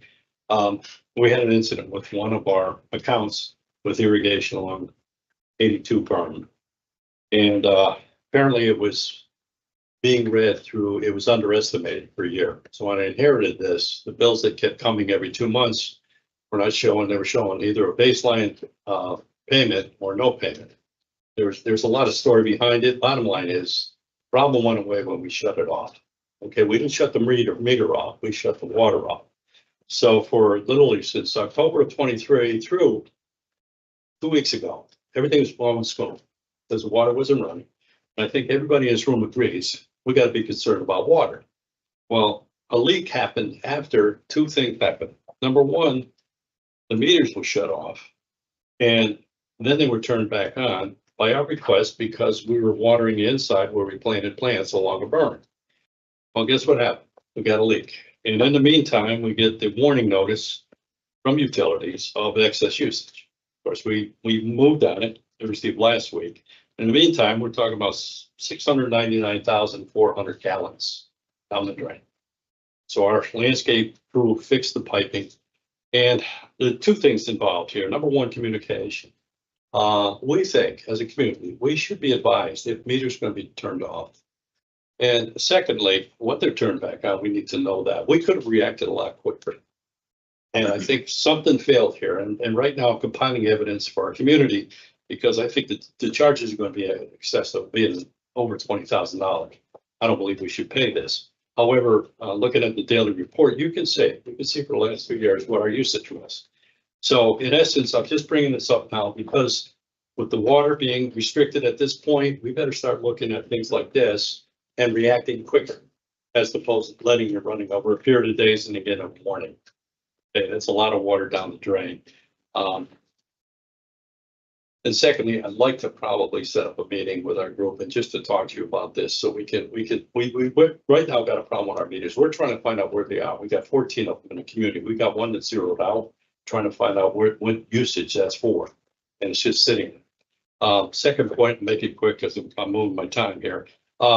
Gate access, an incident happened again today with access. A person came, said they weren't going to show their license.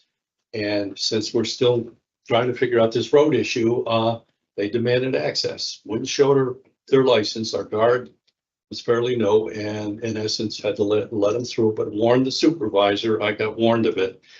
This comes on the heels of 2 months ago, 2 doors down from me, we had a resident who, and this was at night, her ex-boyfriend was on her lanai when she came home and she has since moved. I think this is something we probably should talk about as we keep this thing going with open access. Thank you. Thank you. Vince would be happy to meet with you anytime. We will do that. Thanks, Jess. The final comment is from Margaret Feinberg regarding lake maintenance.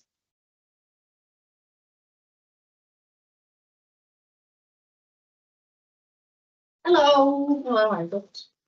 Margaret Feinberg for the record, Stony Brook, and I'm here for myself. And my understanding is the stone has been delivered for the repairs of the lake banks. And I just want to keep reminding you that rainy season is right around the corner. And last year we ran out of time and the lake levels came up and the repairs weren't done. And I want to make sure that doesn't happen again this year.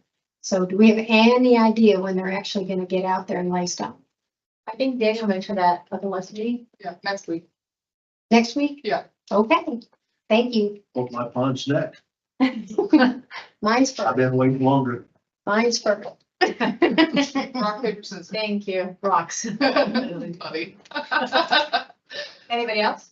No, that's the last one. I thank you. Local achievements and recognition, do we have anything? I do. Advisory committees and items to report, so Pelican Preserve.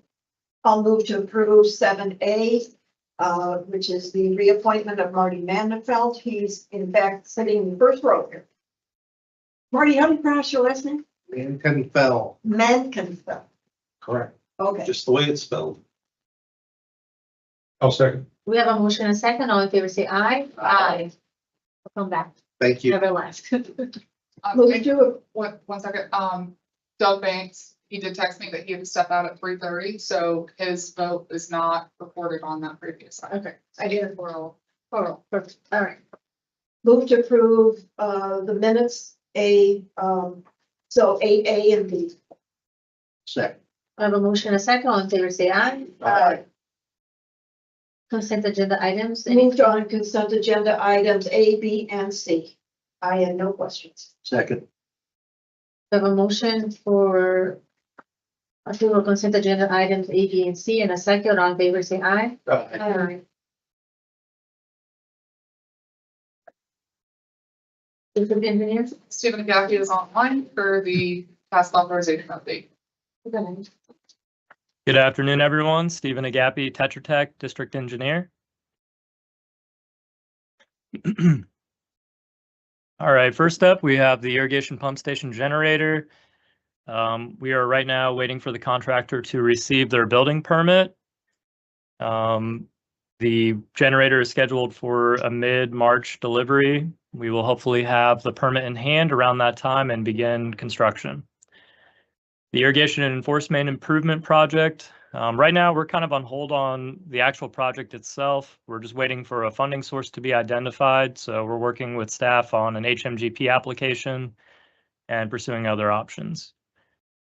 The Lower Hawthorne well, construction's been on hold right now for a little bit of time. We've kind of got held up during the rainy season, and now that it's dried up, some of the contractors have gotten busy again, so we plan to resume work in March. The Gateway Utility Storage Building, I got good news earlier this week that the contractor passed their first inspection with the building department. They passed their foundation inspection. So that project is moving along. You see concrete trucks going by this meeting. That's what they're doing. Phase 2, Year 2 lake bank restoration, that is the remaining lakes for Met Tower, lakes 127 and 130. They are rocking and rolling. They're getting pretty close to wrapping up 127. I believe sod was going down this week. And 130, they were taking densities today, so they'll begin covering the restoration with fabric and then stone after next week. FY24 lakes, MRI has 4 lakes that are left on this project. They're almost done with Lake 105, and we had our pre-construction meeting today for Lake 128. So they're moving along pretty good. They're doing their best to stick to schedule. Hopefully we'll get all of them knocked out before the end of the dry season. FY25 lake bank construction, C and B has Lake 98 and 99. They are working on 98 actively right now, and they're kind of in the early phases of that project, but they're moving along. Public Works Storage Building, we were preparing a new TA for the relocation of that. I just spoke to Danny, and he is just waiting on some information. I think staff is trying to hunt down for I think the boundary survey requirements, since we're going to be on the county property, and some landscaping questions that we still had. So we're working on a TA with staff. Gateway Commons Park and Admin Building, we have our groundbreaking event next week. So something to look forward to. Do we have the building permit? We'll talk about that. No. No, but we have a meeting. It's only one reviewer, and we have a meeting scheduled with him tomorrow with expected resubmittal next week. I thought that deal was the 25th. Another resubmittal? It is. I had 27. I heard 25th. It's starting the 25th. Doug couldn't do it, so we had it to the 27th. Yeah, it's a week from today. At So it's not 4 Tuesday p.m., I next, believe. It's Thursday next. Correct. It's at 4 o'clock, right, Chelsea? Yes. 4 o'clock. Yeah. The FGUA project, this is the interconnect. That project is approaching substantial completion. They need to make some adjustments to one valve and do some restoration work, and then we'll start with our walkthroughs for punch list items. CCTV sewer, there is an update on the administrative agenda items later in this meeting. I think we're getting pretty close to letting that for bid. Maybe not. It's needs their final approval today, and then we're ready to let it next week. Perfect. CCTV storm, we're working on the bid docs on this one. I believe what we are doing right now is trying to finalize the maps. We're working with staff to just make sure that we have all of the known stormwater mapped out. Engineers report for assessment methodology. No new updates on this one, just waiting for the final hearing and if there are any comments that we need to address in between now and then. Pelican Lakes 47 and 48, we're waiting for construction. Development updates, Arborwood Phase 3. We've been getting on Lennar trying to get that one closed out. There's a bunch of stormwater items that are still outstanding. Daniels Parkway Apartments, we have a new submittal that's in review that will get finished by the end of this month. Santa Luz, I don't know how to address that one, Chelsea. We were making headway with them, but they kind of pushed back on us. So we're still Yeah, working with the there's nothing developer to going get that on. finished. I'd like to talk, I'll talk to Tony about that prior to, but ultimately Lennar's claiming that the downspouts are not their responsibility, that they're the responsibility of the HOA. So I've got to talk to Tony about that, and how we want to resolve that before they move forward with their restoration efforts. Garrett FM, the Alta rezone, I'm sure you all have seen, they're making pretty good progress, demolishing the existing buildings. We've been on site a couple times just to make sure that the existing sanitary sewer system is protected. And we're just going to kind of keep tabs on them until they start new construction. They've been very good to work with so far. Anything else for Stephen on his task authorization update? I know he's got a couple other items with him coming up. I don't have anything. No. Thank you, Stephen. Welcome. Ready for the next one, Paul? Yes. So we were notified of $1 million grant that we were awarded for design of pond bank. As part of that HMGP $1 million grant, we're required to do a local match of 25%. If you recall, the county received over $1 billion in community development block grant, CDBG monies. The county has chosen to set aside a portion of that CDBG money for local municipalities to use and apply towards to use as a 25%. Match, Yes. to match a grant. Yes. So what I'm looking for direction from you all is we have multiple options for our local match. Number one being apply to the county for the CDBG funds. I will caveat that. If we chose to do that, there are federal regulations in which we have to follow. So we would have to rebid our engineering and just incorporate those federal rules that are part of the federal regulations that they require for the CDBG. Not a big deal. We could do it. We've already put in our application for the CDBG in the event that you wanted us to pursue that. That's option one. So ultimately we could get 100% other than our engineering and staff time cost, 100% grant. Yeah, the second option is Stephen Bloom confirmed that we do have some money in the Lake Bank fund for reserves. Again, this is just for the design of the remaining 15 ponds in Gateway. So that could be used as match. Yes. The third option is to incorporate our 25%, whatever that number is, into next fiscal year's budget. And then the fourth option would be to apply for SRF funding. So I'm looking for your direction on how you'd like to proceed with our 25% local match. I have one question. Go ahead. One question, then split it. Between Pelican and Gateway, Split what? go to the grant. It's, Is it for construction? it's only for the ponds that we identified as part of, it goes back a long ways, but as part of the ponds on that priority list, it does not include any Pelican ponds. That doesn't mean that we can't apply and put Pelican ponds on the local mitigation strategy list and go through the process for anything. I'd like to suggest we do that because Pelican just chose to fix their ponds on operating ponds rather than, well, But we're still spending money. For that amount of money, $251,000 and associated a lot of admin costs on it, it's a joke. Just use the SRF excess money. Be done. It's not, well, it's not SRS excess money. It would be, It was budgeted for. it would either be reserves, Okay. reserves. The admin costs are going to get out of hand on chasing $251,000. Ridiculous. I would strongly recommend when we get to construction that we do the CDBG, if that's the case. But that would help expedite if we chose to self-fund our 25% match. What's the timing?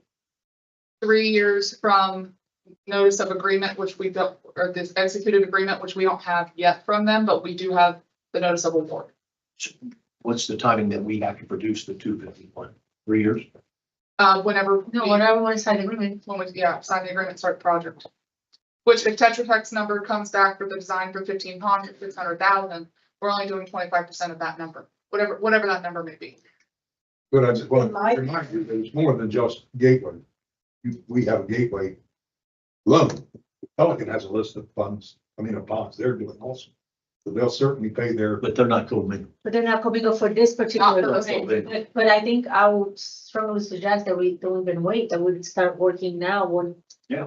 Going out for the same grant, similar to. I you can work guys. with Doug and we Okay. can get together your Pelican priority list. They've got In the meantime, we gotta come up with Because then we get a full $251,000. size. Up to 200, worst case scenario, up to 251,000. Yeah, okay, so you want direction from the board? Yes, I would just like to warn you that I've had some experience with CDBG funds, and the feds are notorious about putting a lot of strings, a lot of hoops, a lot of strings on everything. And oftentimes we found that at the end of the process, we were just shaking our heads and saying, was it really worth doing all this for that?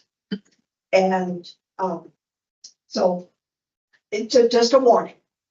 I can. So staff recommendation, if you're willing to use the reserves, I think it would be great because then we can expedite and get the ball rolling, get Tetra Tech under design and then hopefully rush that. And then this time next year, start construction, but we have to go back to HMGP once design is complete and get the approval for the 9 million for the construction. Sooner we can get there, the better. And at that point, I would strongly recommend we apply for the CDBG. You want a motion? Yeah. Okay. Is anybody gonna make a motion? I make the motion of what you just recommended. Okay, yeah. Maybe say that again. Use reserves for the local match for design Okay, up to 240. to 251, 710, So these would be reserves that were in the lake. the bond fund, The No, lake the bank lake- fund. the lake bank fund, which is Collective. an 001 fund. Yes, Yeah. totally. So That's my motion.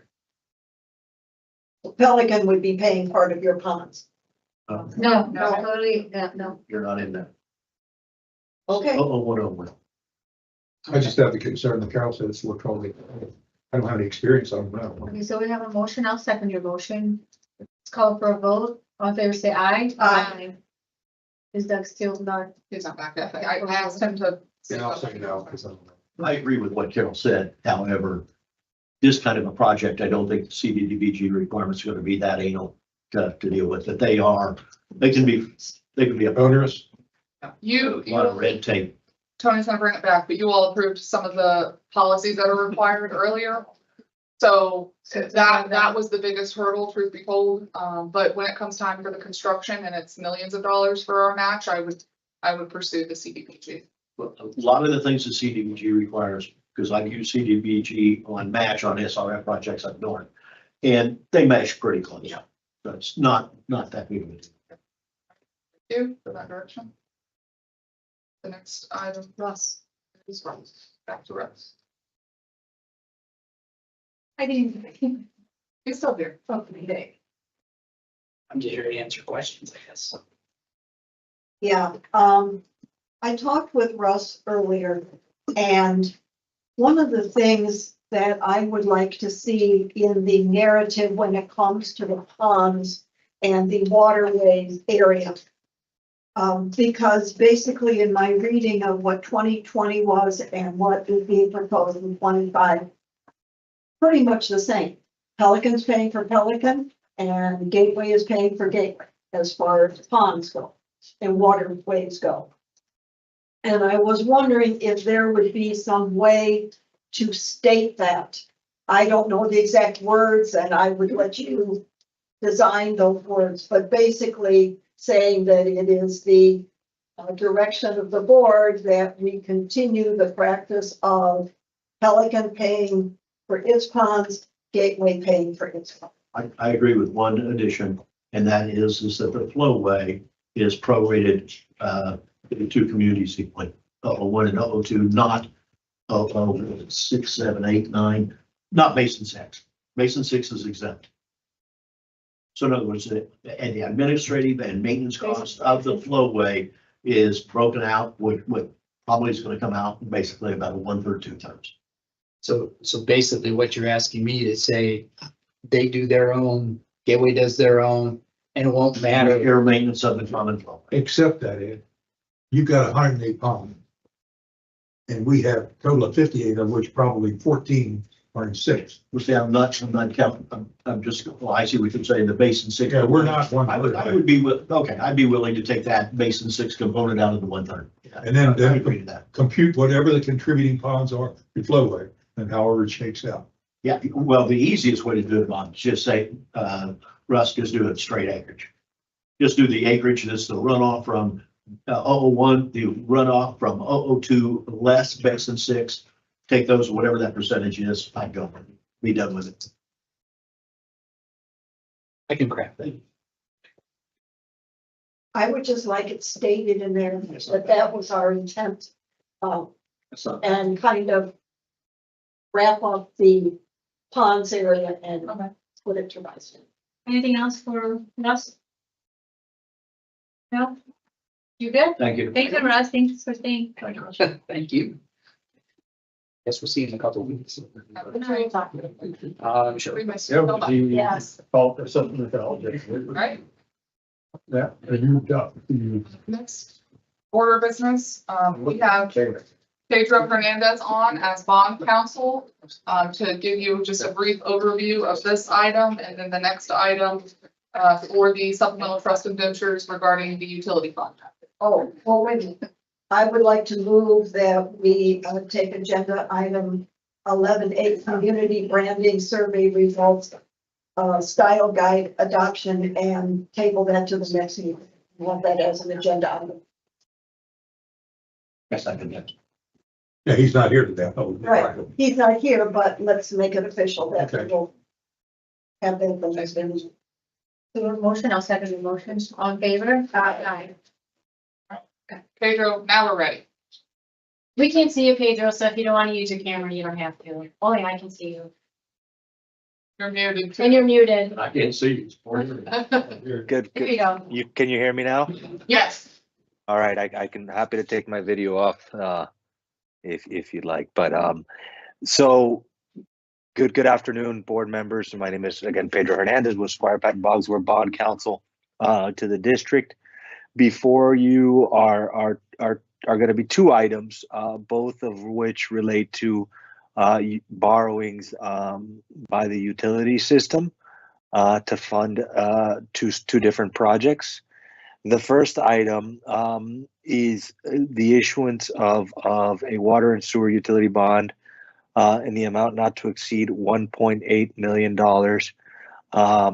to fund the utility system's kind of proportionate share of the cost of the new administrative building. This is going to be funded with a loan from First Horizon. Term sheet has been presented, and the loan will be evidenced by a 7th supplemental trust indenture that will be issued under the district's existing master trust indenture. That 7th supplemental indenture, the form of that agreement of that indenture is also an exhibit to this resolution.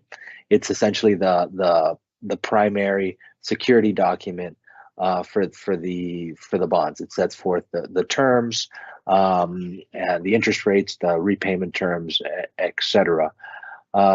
So that's what this resolution item is for. It's for a borrowing of not to exceed $1.8 million.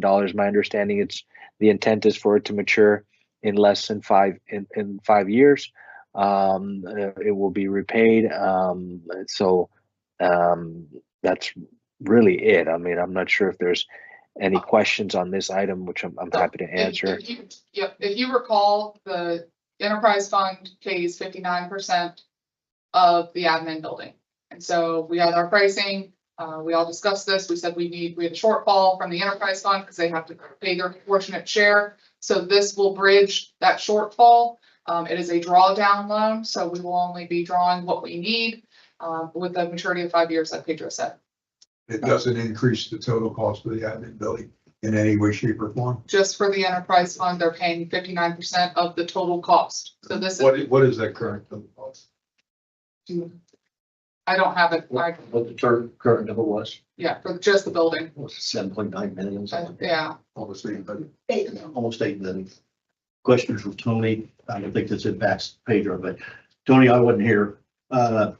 On this resolution, whereas number 4, whereas the board back in 86, I just don't remember any document said that $99.7 million figure. I don't ever remember seeing that number. That was a bond validation way at the beginning of the district. So it is real. Yes. Okay.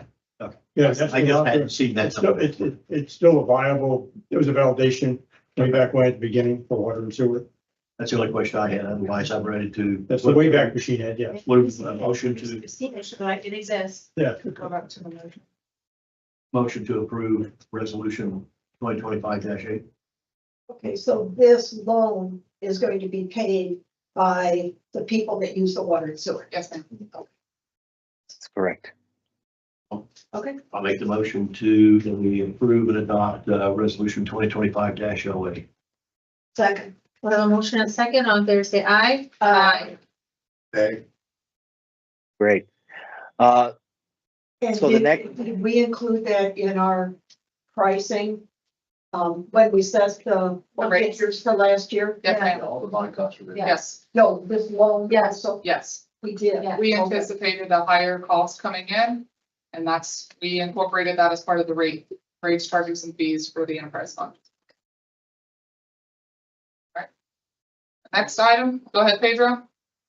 Sure. So the next item is the second borrowing for the utility system. So similar to the one that was just approved. This is also a borrowing by the utility system, but will be repaid from revenues of the utility or users of the system.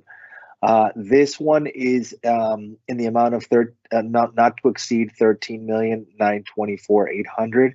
Again, a drawdown basis. This will be funded by a loan from the state revolving fund. So this is a loan from the state. It's a subordinate indebtedness, so they are able, under the utility system, under its security documents, are able to issue senior indebtedness, which the prior one was approved is senior, and the SRF or other forms of subordinate indebtedness. And this SRF loan is subordinate but payable from the same source of revenues. This will also this resolution approves the 8th supplemental trust indenture, which is the next in line after the 7th that was just approved, and this will set forth the terms of the SRF loan, and that which will be evidenced by the 2025 taxable bond. Also included is the form of loan agreement, substantially final form of the loan agreement from the SRF, and the project that's being funded with this loan is the water metering project. That's what's intended to be funded with the proceeds of this borrowing. All right. So as you recall, you gave direction for us to proceed with the SRF loan application. We've done that. We've received the agreement. Because it is a 20-year term, we have to do this process under this master trust indenture and issue the supplemental And so ultimately, this will be the meter box replacement and the AMI metering infrastructure, those two components of that project.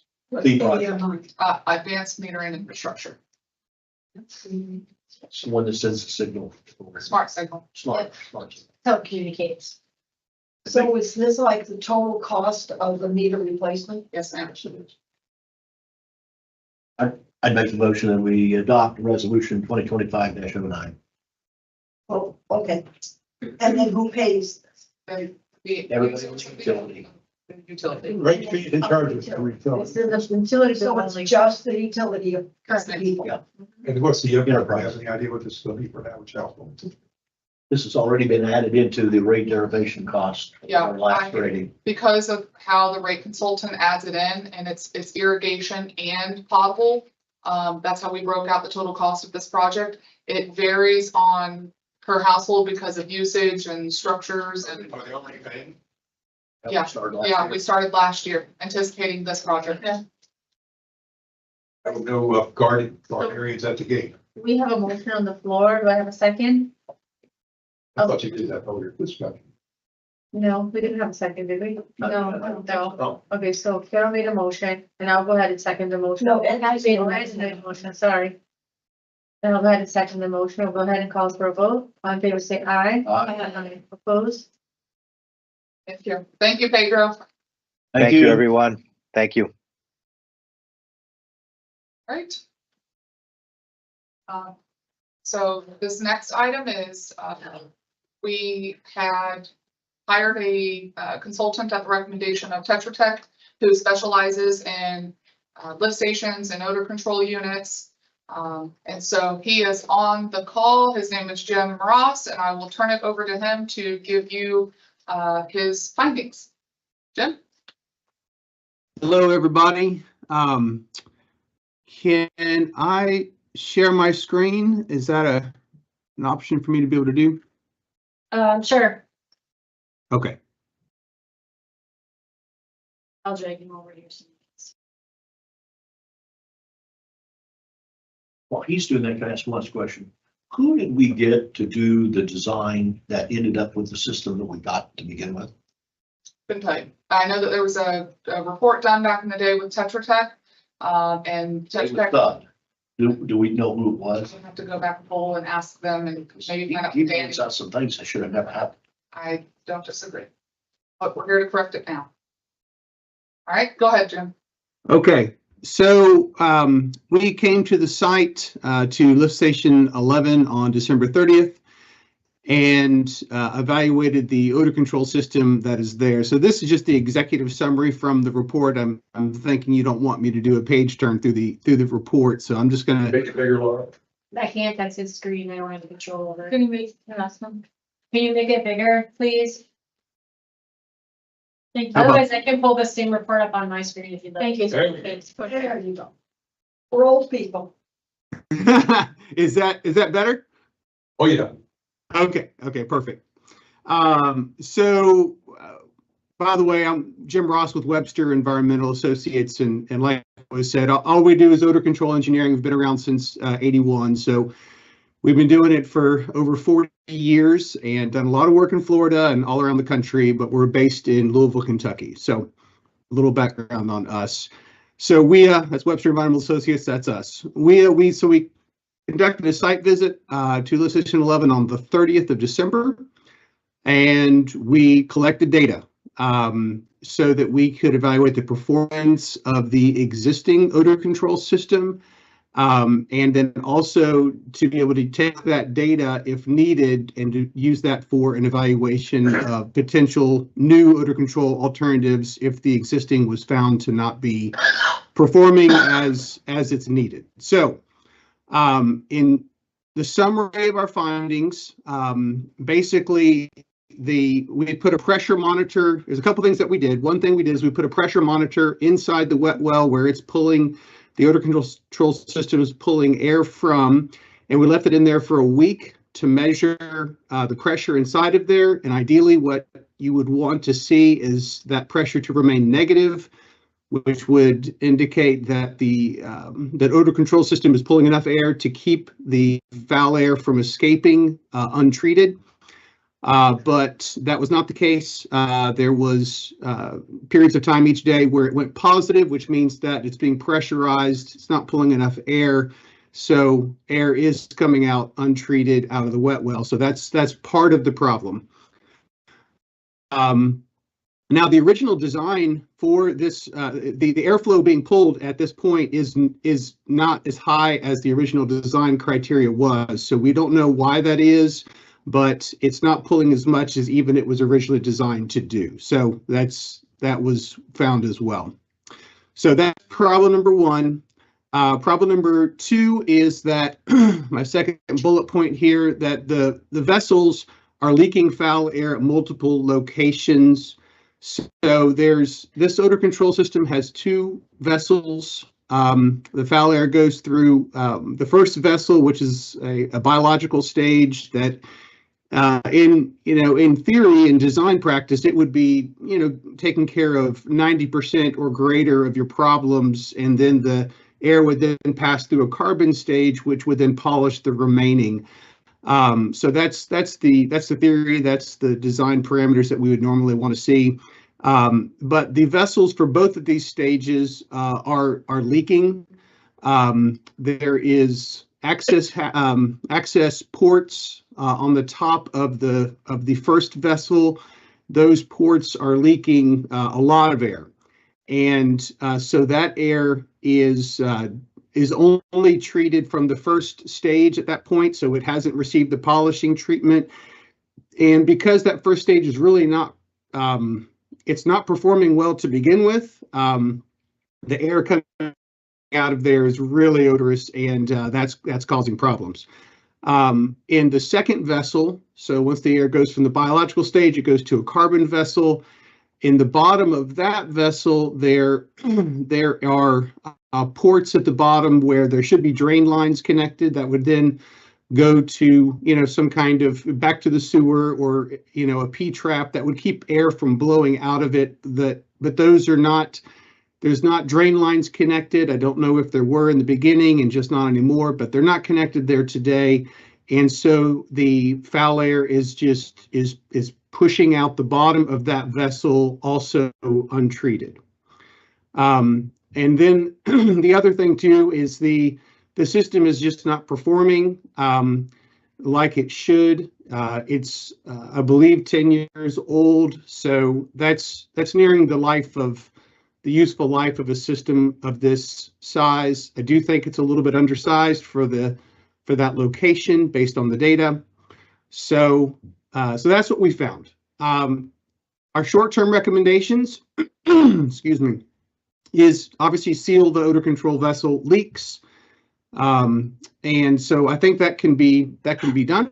The ports on the first vessel could be sealed up either by you guys, or to have Xylem come out and take care of it, because it is a leased system. So I would think they would maintain responsibility for that. They also need to, or someone needs to install drain lines to the bottom of the second vessel so that air is not just blowing out untreated. And the other short-term recommendation would be to schedule Xylem, which is the vendor, to come out and make adjustments to the system, find out why is it not running as per the original design criteria. So that's short-term. I think that could make a difference, just because those leaking areas are significant. Long-term, we recommend that this system be replaced. And the type of system that's there is good. The technology is a good system, but we just believe it's a little undersized for the data that we saw, and we would recommend a larger system to be installed there. And that's the long-term recommendation. So we put a just budget level cost estimate together for that. Two options. One would be own the equipment, and that capital cost is estimated at $385,000 for the construction and engineering of that. The other option would be that you lease the equipment, which is kind of what you're doing now. In that case, this estimate assumes you'd still have a contractor that would come and still, do the site work and everything that needs to be done for the new system, because it won't just be plug and play. There'll need to be some changes made. So there's still a capital cost associated with that, but a lot less, $185,000. But the lease cost is about $3,700 a month for Xylem to lease that. So if you were looking at a 10-year cost, that's, $450,000 of cost, but that's over 10 years. Obviously, the pros of the lease, even though it costs more, is that someone else is maintaining responsibility for that, and you can just make a phone call if there's a problem and have them be responsible for it. But that's obviously a decision that you guys would want to make of which avenue you'd want to pursue as far as the long-term options. So that's very high level, and that's really that's it. And I have time for questions or discussion if you'd like. So, can I just say a couple things before? So, and Bill, I don't know if you want to stand up and give a couple comments, but as soon as we received this report and reviewed it ourselves, we passed this report along to immediately the vendor with the existing equipment out there. I believe staff met with them, is that correct? Yes, Bill Shaw, Utilities Manager, Gateway CDD. Yes, we met with Evoqua on site, Xylem now. And they are going to make the repairs for the short-term improvements. I don't have a schedule from them yet, but I will be getting in touch with them. And then we need to decide on how we're going to move forward in the future, whether we're going to lease or own and pursue. You looked into any county contracts, right? That we could piggyback? So they have a Lee County contract, but it's only for lease equipment. It is not for. What's our gentleman's name? Vince? Yeah. Jim, this is Jim, that's good. Question for you. Are you familiar with the process that we have as currently designed and operating? Had you ever heard of it? With that system, yes. Was that system, because what I'm looking at, what you're doing says like you're putting a Band-Aid on a mortal wound. It might get us by sometime, but this looks like some design flaws in the calculation of pressures and things like that. How did this happen? If it would have been done right and we didn't have these leaks or issues relative to the leaks, would this thing have worked anyway? Well, that's hard to say. It's not working well as it is right now. Normally, you'd like to see that first stage, really doing 99% removal. It's of H2S and it's not getting anywhere near that. So the system is just performing poorly anyway. I would have to have them get the fan speed back up to where it was originally designed and retest for pressure to see if it actually could work in that case. It's not outside of I think the original design parameters were to see the wet well ventilated at about 6 air changes per hour, I think is what this size is based on. And we're saying that in order to keep it under negative pressure, we would increase that. Okay, and then the second part is that I see the cost purchase versus lease. Where it looks like what we're doing is debt financing $200,000 for 10 years, $20,000 a year, but that works out to be $1,500 a month, but yet the price is $3,700 a month. What am I missing? What's added in that lease deal for the $2,000 differential? Let me see here. So if I'm paying $385 to buy it, and I'm paying $185 as a down payment to lease it, I still have $200,000 in debt finance. From $200,000 debt finance to 10 years, which would be 120 months. Sure as hell isn't $3,700 a month unless you got some. I see what you're saying. Yeah, all that is that it don't match. Right, yeah. So that $185,000 is just the costs that are still there, that it has nothing to do with the cost of the equipment. So The only upfront cost that that Xylem charges for that lease option is that second line, that $74.50, because they do the install. But the other line items in there still have to be done. The demo of the existing structural That's site. cost. That's right. Yep, this site. Yep, nothing to do with the equipment. Yep, Okay. that's Okay. right. Yep. But my only concern is that, I'd love to hear when our consultant that did this, or our vendor that did this, comes back and sees this report. I'd love to hear his explanation. What happened? Somebody screwed up. How old is this? Do you know the lift station? I don't have any, I don't have any. Stony Brook. How old your community?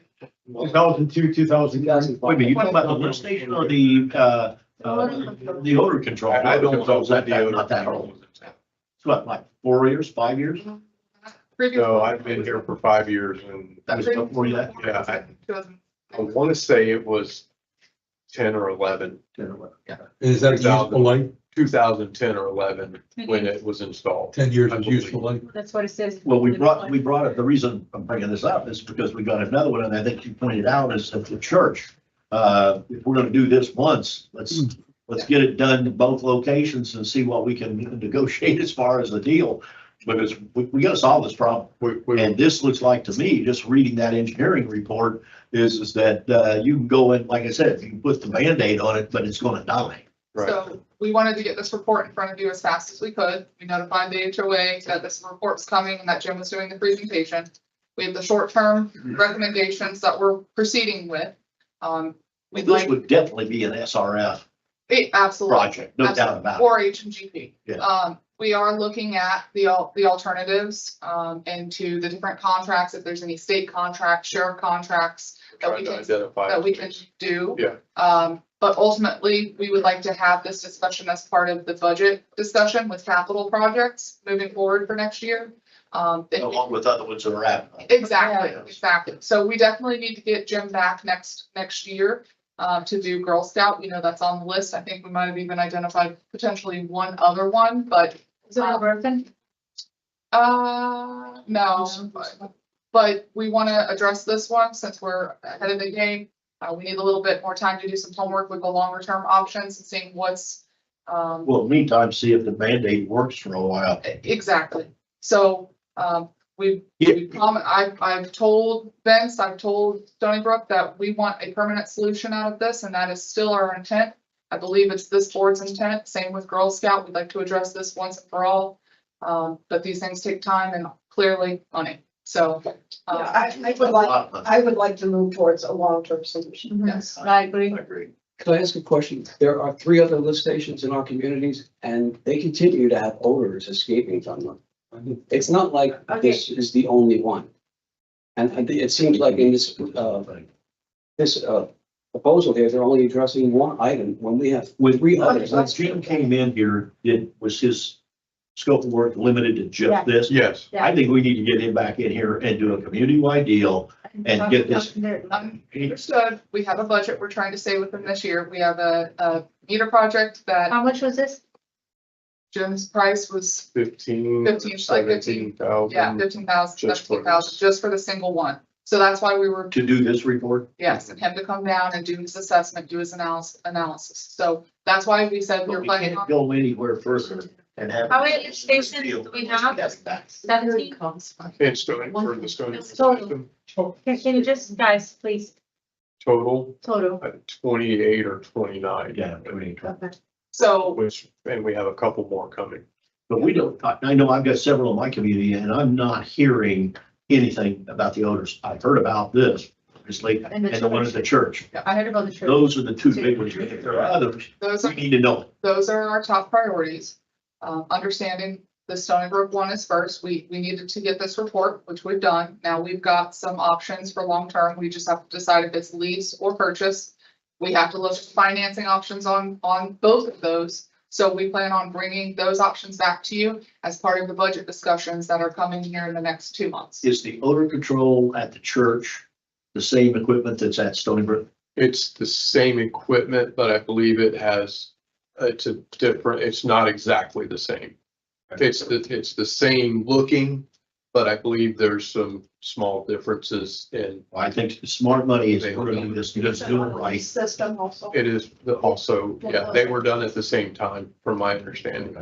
We just need to make sure we got the right information. And I'd love to hear the vendor that we got. I want to hear his story as to what his explanation of why, what this guy points out seems to be problematic. I asked how the units got placed, where they got placed, and he said he didn't have that information. That was just, that's what he knows is there. So we're working towards the short-term solutions. We've already had them out. We're gonna get those done as soon as we possibly can. And we're looking at the long-term solutions that Jim has recommended. As long as this board supports that. And if where is this equipment located elsewhere down here in South Florida? Oh, yes, yes. Do we it have sure this is. same equipment in other areas down here that we can make some contact with? Sure, yes. Appreciate getting that information. How many of the units that are in product are similar, or are they completely different? We have nothing. We have Those nothing. stations out there don't have this. No, we don't have any odor control in Pelican.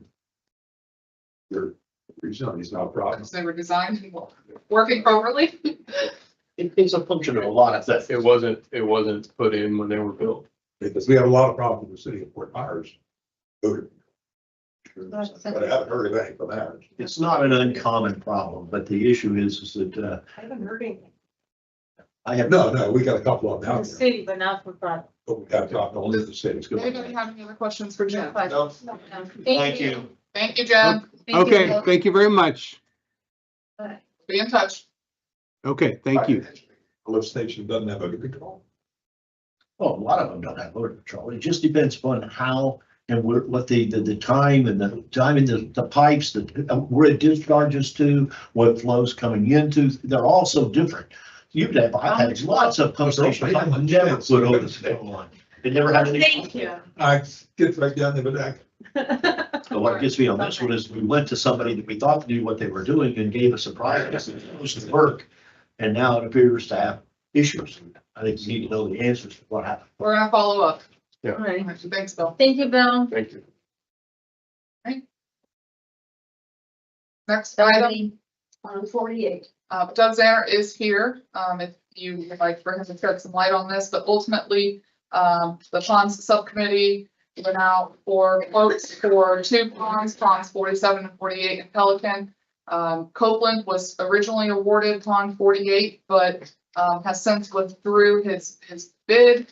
And the pond subcommittee, so as supported by the pond subcommittee and PPAC, correct me if I'm wrong, has recommended to move to the second low bidder of extreme divers for pond 48. So the guy that won the bid didn't have enough, he went over beyond his bonding capability? No, He just he was. just He just can't get it done. can't get it done. He has 8 or 9 other ponds in the queue in advance of this, and wasn't even sure he was gonna be able to get it done this dry season.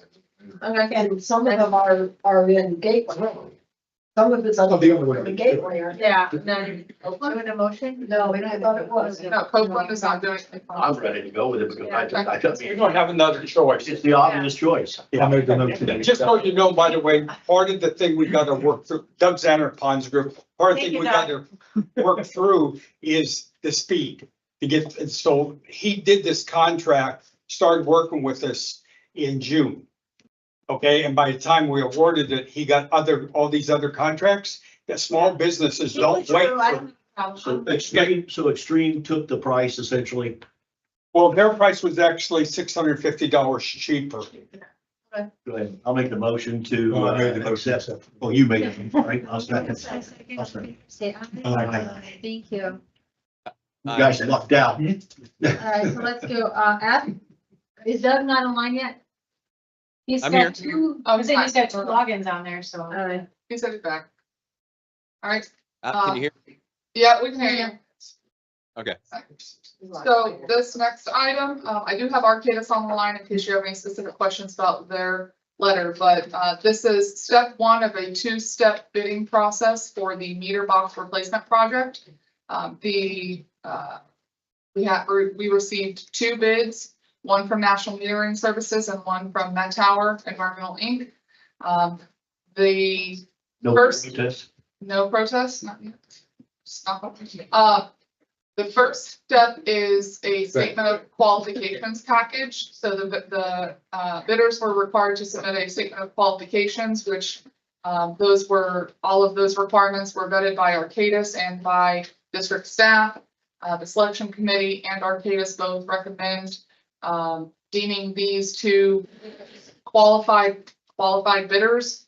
And if this board agrees, both of the pricing proposals submitted that are still sealed would be opened tomorrow for the meter box replacement. So the labor portion only of the meter replacement project. And that pricing will come back to you on March 6th. This isn't the trial fee, this is the full deployment. Okay. Yes. I'll make that motion to accept those two as the qualified bidders. Second. I have a motion and a second. All in favor, say aye. Aye. All right, Who are thank you. giving the second few since Bob and Carol said at the same time? Carol raised her hand. She wanted to. Okay, Carol. Light lit up quicker. All right, thank you. We will open those bids tomorrow and bring this back to you on March 6th. Thanks, Nicole. Great. Thanks, everybody. All right, this next item, I don't know, Stephen Agapi, no, we dropped it off. Ultimately, we went through, Tetra Tech designed the first phase, I'll call, of the CCTVing of the sewer lines. The figures are in front of you. We just wanted your blessing on them before we solicited for the cleaning and. So each one of these aerials are showing and depicting a sewer that we have previous information on. Except we want to go in and have deed to clean and televise This these. is what Tetra Tech is recommending we start with. What was the basis of collecting the data? If we hadn't cleaned and televised these previously, did we have a Ouija board or what told us to go to these? Tetra Tech recommended that we start at these manholes and work our way out. So that's what the engineer recommended, and that's what we're proceeding with, unless the board chooses otherwise. Have we ever done this before, the CCTV? We've done it on portions of. Very small portion. Mostly storm sewers. But we haven't ever done a system-wide. No, ma'am. Correct. On the sewer, no, we have not. So this is the first time. Yes, ma'am. And we're gonna do this over 5 years or 2 years? 5 or 7, depending on how the budget and how much we can get done and timing. How good it should. I think the only CCTV we've done on the sanitary sewers where we're having issues. We haven't actually done like proactively gone in and well. So this is step 1. 20, 30 years of sewers in the ground and not being inspected. Oh, boy. Fun. So we're open Pandora's box. Yeah. All right, so we're. Learned our lesson on the storm sewers. Yeah.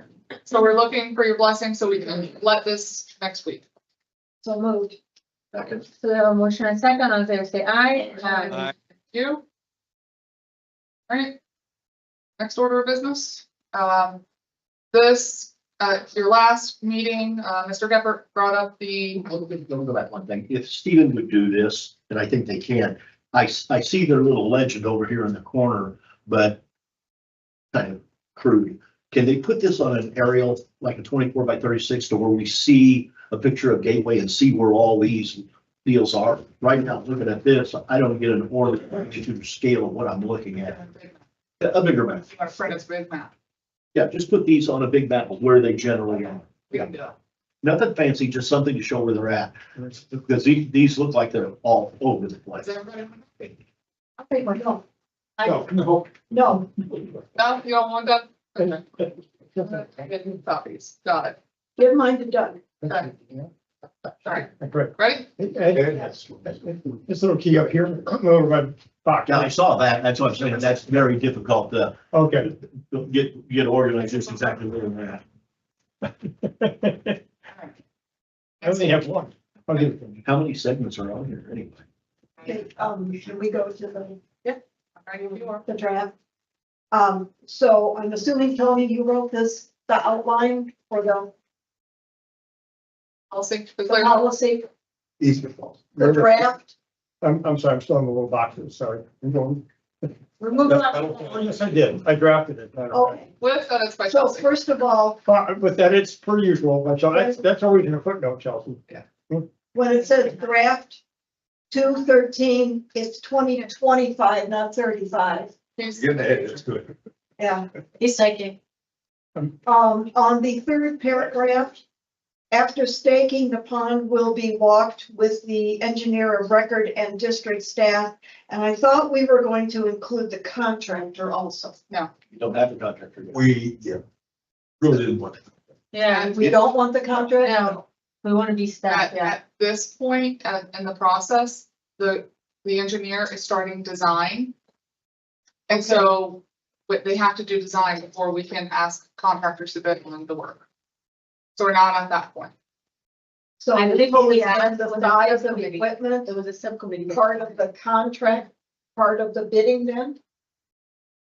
They'll know They'll with the know. plans what space they have available. Staff and the engineer can consult with the contractor if they have If they need it. questions, if they need it. But to have them going out and walking it, what that raises the question of somebody getting advanced knowledge. Yeah, in Pelican, the ponds group does it. And I think that's. Okay. I- Yes, I saw the, We're happy. I think that's the way to go. Yeah. I agree. okay, and then on the third line, on that same paragraph, the area needed for construction, and then parentheses, as well as long-term maintenance requirements, parentheses. I thought we were looking at this job by job, not clearing everything for some future problem that may arise or may not arise or whatever. I'm wondering why that was added in parentheses. We have to, after we get the pond done, we have to be able to maintain it. And those same trees could be when the water level is up, those same trees or obstacles could be a blockage to allow the maintenance. So you're exactly correct, but if it's a very small, like a coconut mesh, then that doesn't even apply. So- Yeah, I think it was an attempt to be proactive, so the question, looking at what's the scope, what area do we need to work at, what vegetation is there, what's in the way? Well, Words to get us back to the clear cutting. So Carol, to your point about the vehicles, so we know who our maintenance contractor, what type of vehicle they use. To Ed's point, if at peak rainy season, we know the water's gonna be a foot up over the mean high. And we know our contractor uses an 8-foot wide buggy. Well, and if they're doing construction and it's low, we as staff in the ponds maintenance group, they know, okay, Solitude uses a Kubota, so we gotta account for that as part of this construction. The issue is That maintenance. I understand. I just didn't want somebody to come in, some staff person to come in and say, well, we have this long-term maintenance things, so we gotta have all 20. Okay, we know what the intent of the policy is. I wouldn't even put long-term, I would key- put perpetuity. The key is the maintenance is performed during high water level. Perpetuity. That's- Yeah, because there is no such a thing as long-term, it's forever. Okay, in the next paragraph, the 1, 2, 3, 4, 5th line down, if a property owner wants the encroachment to remain. I but think you want either the word desire or you That's want correct. the word want. that's a but scope of the matter. So a strike wants and use desires. Okay, One of those two. and then on the next paragraph, the third line down, the district board may decide to allow or all or a portion of such encroachment to remain. What do you mean by may decide? I mean, I thought we were only getting the ones where the people decided that they would like their trees to remain and therefore they could come before the board and ask it and fill out the proper form and pay the money and all that sort of stuff. I didn't think that job by job, the board would decide to allow something or not. Is this? I thought that, You can't find a future board. The board makes each decision, and it's an ad hoc decision based on each parcel of land. But you really can't find a future board by action on this kind of action. Fine, yeah, fine. fine. They need to affirmatively make a determination. Okay, is there some way of saying that a little clearer than what that is? Because that is not how I interpreted those words. Well, again, it's always at the discretion of the board. But a future instead of the. Okay. You're just looking forward, correct, Tony? Yes, sir. Okay, and I had nothing with the rest of it, but I just have that. Yeah, for perpetuity. perpetuity on under the parentheses that we just talked about, as well as a law, as a Professional. perpetual maintenance. Tony, you got that? Yes. Thank you. So I'm okay with that. I am too. You reason? What I would do then, Changes and- with the board, with the board approves of it, adopts the policy with these corrections, change the date. Well, the date, the draft was way on certain. Move it 10 year. So I'll change the date and put that in the top, change long-term to perpetual and strike wants and have it as desired. Hold the rest of your building until 2030. Okay, so that's Bob's motion. Do we have a second? Second. Second by Carol, all in favor? Aye.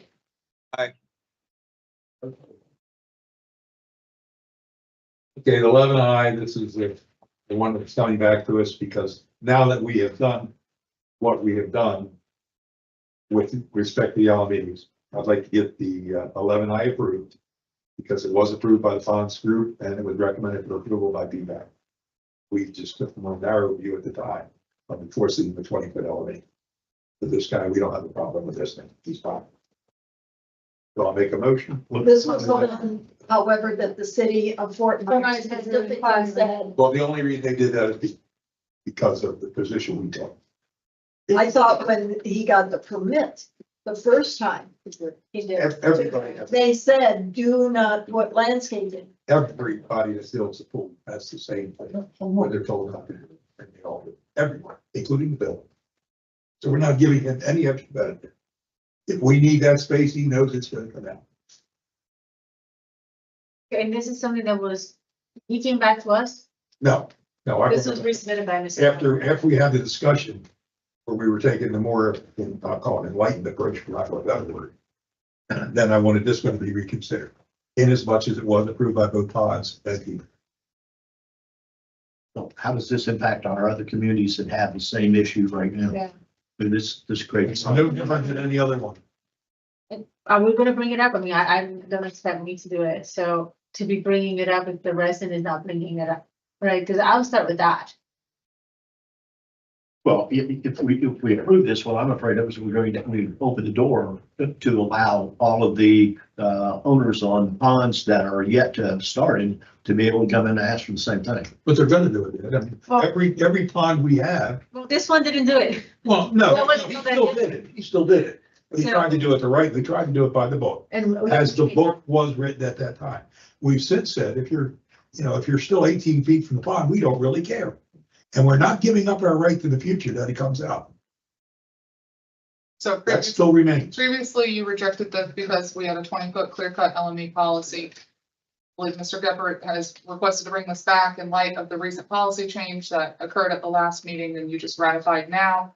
And giving the property owner the opportunity to have his application approved with the easement use agreement. Okay, so my point is that this approval that we did at the last meeting, that set the line and drew the line in the sand that anybody after that can come in and ask for the same deal. And that's what I feel. I feel like now that we all in agreement with the document that we just approved. We should open that door. Yeah, but not prior to. I think it's going forward, It's a different story. right? That's a different story. Anything that hasn't started construction wise, should people that are in those ponds or on those ponds should have the same access. To Well, come the in reason- and I don't disagree with you, Ed, but we told this guy, if he did it and followed the $500, he was gonna get it. No, who said that? Who said that? No, that was the expectation. No, who said that? Like, none of us, I mean, I haven't It seen didn't get that. up here. This was handled way at a much lower level. So that's the problem. They don't have. I understand that. I'm not arguing about that. But I'm saying this guy- all that is water over the dam. As far as I'm concerned, we made the decision to make a change. Let's make it across the board and anybody that wants to come in and follow the new deal, then we do it. So you're Then we're- saying then to we're deny saying- him? Do what? Did I just hear you say you want to deny him? No, I'm saying that the policy that we just went over, which we appear to have consensus on, Agreed. that is in effect right now, and anybody that's endangered by that or impacted by that by previous decision before that last meeting is now eligible to come in for the change. In other words, if you got, if you were clear cutting, if you were told to be clear cutting 20 feet, you don't need to be clear cutting 20 feet. We can exempt. We didn't say that, we said, when we said it at the Ed, meeting, are we said, you, are you agreeing with him and reconsidering? I'm agreeing with the new policy, which was, well, I should have probably done it in the first place, but that's what I wrote today. We now have that policy in place. Let's. And this will conform it. Do what? And this one conforms to our new, Yeah, and all I'm saying is I don't have any issue with that. I just want to make sure that everybody, anyone that says that. everybody that has that same requirement I know can do it. where you're going with this. You're thinking 109. And yes, I know, it's Yeah. crazy. 109, 127, I mean, you can just list them. So the direction from the board, and just so you guys know where I stand, and Daniel and I just talked about this today. Any ones that have not started active That's what I construction are going back and reverting back to the policy that you just adopted. So we're waiting. Well, and that's fine. With They 109. not start, yeah, okay. So that's what I With 109, Yeah, if they not start construction, we can go back. with 109. We're waiting, as of right now, those property owners, Daniel and I just talked about this today. Those property owners are under the guise that they have a 20-foot clear cut. We're waiting on Met Tower to go out there and actually stake it and walk it. And we're gonna give notice to the property owners, hey, policy, I was waiting on today, policy changed. Once the survey goes out, we'll work with each individual property owner, what stays and what goes. Right? That's moving forward. That, I don't have. But for this one, so the staff recommendation is on here, says deny the encroachment request because I copied it over. If the policy if he were to come in today or tomorrow, let's just say tomorrow, and the policy is as you just approved it, I would approve this administratively. Because your policy that you said says, can we work with it? And so that's my question, like, has staff in Tetra Tech said they can work with it? Because that's what I don't have to make the decision. Tetra Tech has not gone out and. Because that's what, so that's the thing, like, this is great, I'll be willing to say yes, if we follow what we just approved 5 minutes ago. I totally. And we don't have that, Okay, so I think this is a little too soon. So we have We to, we just don't need, have it, we just approve it, like, well, one of the requirements that I'm not taking any comments from the floor, not right now. it doesn't sound like. You're talking. so. But I don't. Here's, need it right here's what I suggest. So you guys can give staff the authority to That's go what with the I'm gonna- engineer That's what I did, yeah, and then we can approve. and administratively make the decision. And I'll accept whatever they. So that's what I'm saying, like, Okay. let's just not miss that step that we just approved. And that applies with what we just did. Exactly, so it's in line. So Daniel, I'll get Daniel to coordinate some time and go out with Tetra Tech next time. That's all I want, let's follow. Now I got my cloth hat on. Every time Daniel goes out, I get a 2-hour charge. Daniel's been there enough. He knows what it looks like. A quick call will do it. Well, I gotta get the engineer there, because that's the policy that you guys just approved, and a subcommittee person, So we'll and be there. the policy. Yeah, there we go. So But we I can, think the subcommittee has already done that. Yeah. So we check mark that, and then we just meet Tetra Tech and. it's So- not- it's So, done. so it should be consistent that we will be able to approve it at the next meeting. if you wanna leave it in my hands to administratively approve it, Yeah, I can do that. That would be an appropriate motion to authorize. I'm fine with that. Okay, approval. So that's fine. That's my motion. I'll second that, go ahead, I'll second that motion. Okay. All in favor? Aye. So this next item, Starts back on the right track again. God. this next item, is Mr. Shaw, who came in earlier. Would you like to refund his $500 application fees costs, since he was caught in the midst of the policy change? And came to both meetings, I make that and we were able to work Well, around it. Yes. And I'm okay with that, but I'd like, the only other person that paid Was the chairman? was the Tiberiо guy. I'd like to extend the same consideration they got. We will look at a lot better light with the Yes. community, doing And it. we're doing it properly. For $500, it Laura isn't has, bad. Laura has a very good point. Then This- don't bring it up. Mr. Shaw is. You just don't like that I'm right. Mr. Shaw has a direct correlation with pond bank restoration work. Tiberio he was doing it on his own accord as a pool We'll install. never do this. I don't like them. So, Why penalize? My deal with gas, my opinion on, yes, I would refund it I and like the way. have good, community relations. both, you want That's to what we refund need. those? Yeah. Both or one? I would do them all. We made a mistake a long time ago. We're correcting it. Let's let bygones So we be. have, right? Yeah, they're the only two. Tiberius, the very first one. No, that we we made. approved the one. We approved the one gentleman with the, to remove his silver palms, but not his royals, Gordon Hutton. Did he pay $500? Yes. He's the one that we. That is not what I heard.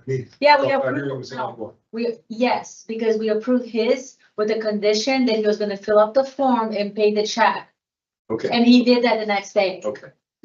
So it was So- correct at the time. Mhm. The only one had been. Yes, the one that submitted correctly, it was February. Okay, I think that's the, This had benefit. I agree. okay. So again, I have the motion. so all three then, or just the two? Just the two I think candidates? the two, so we should, because the other one was already. And I second that.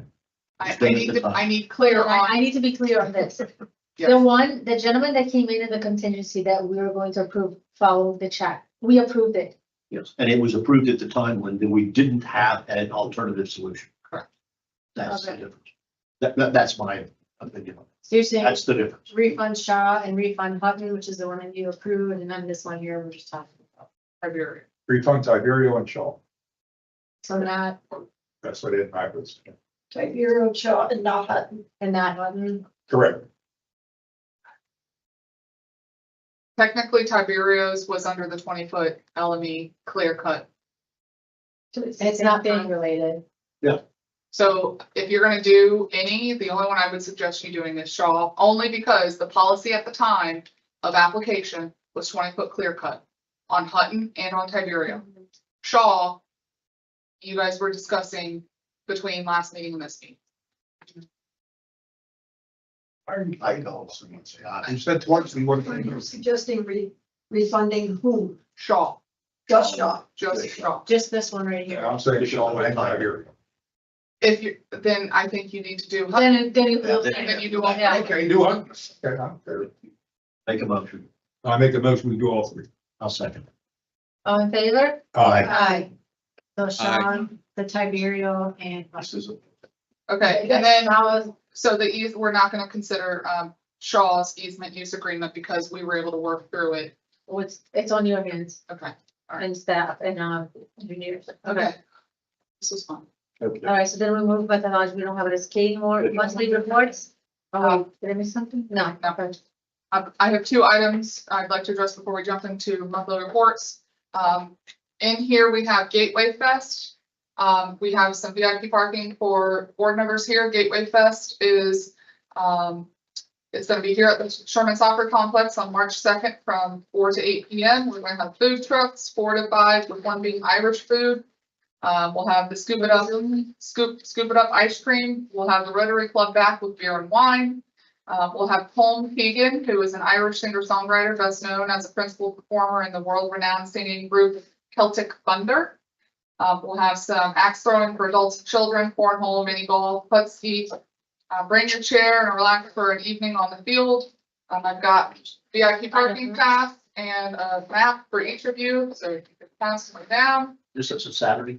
If that's on March 2nd, yes. it's the same. I believe it's also the same day that the Twins and the Red Sox play at the same time. It's a Sunday. Yeah, so they're all playing the same day. Yes. Yeah, but it's 4 to 7. So don't leave the community, come to the Sherman Soccer Complex and don't leave Gateway.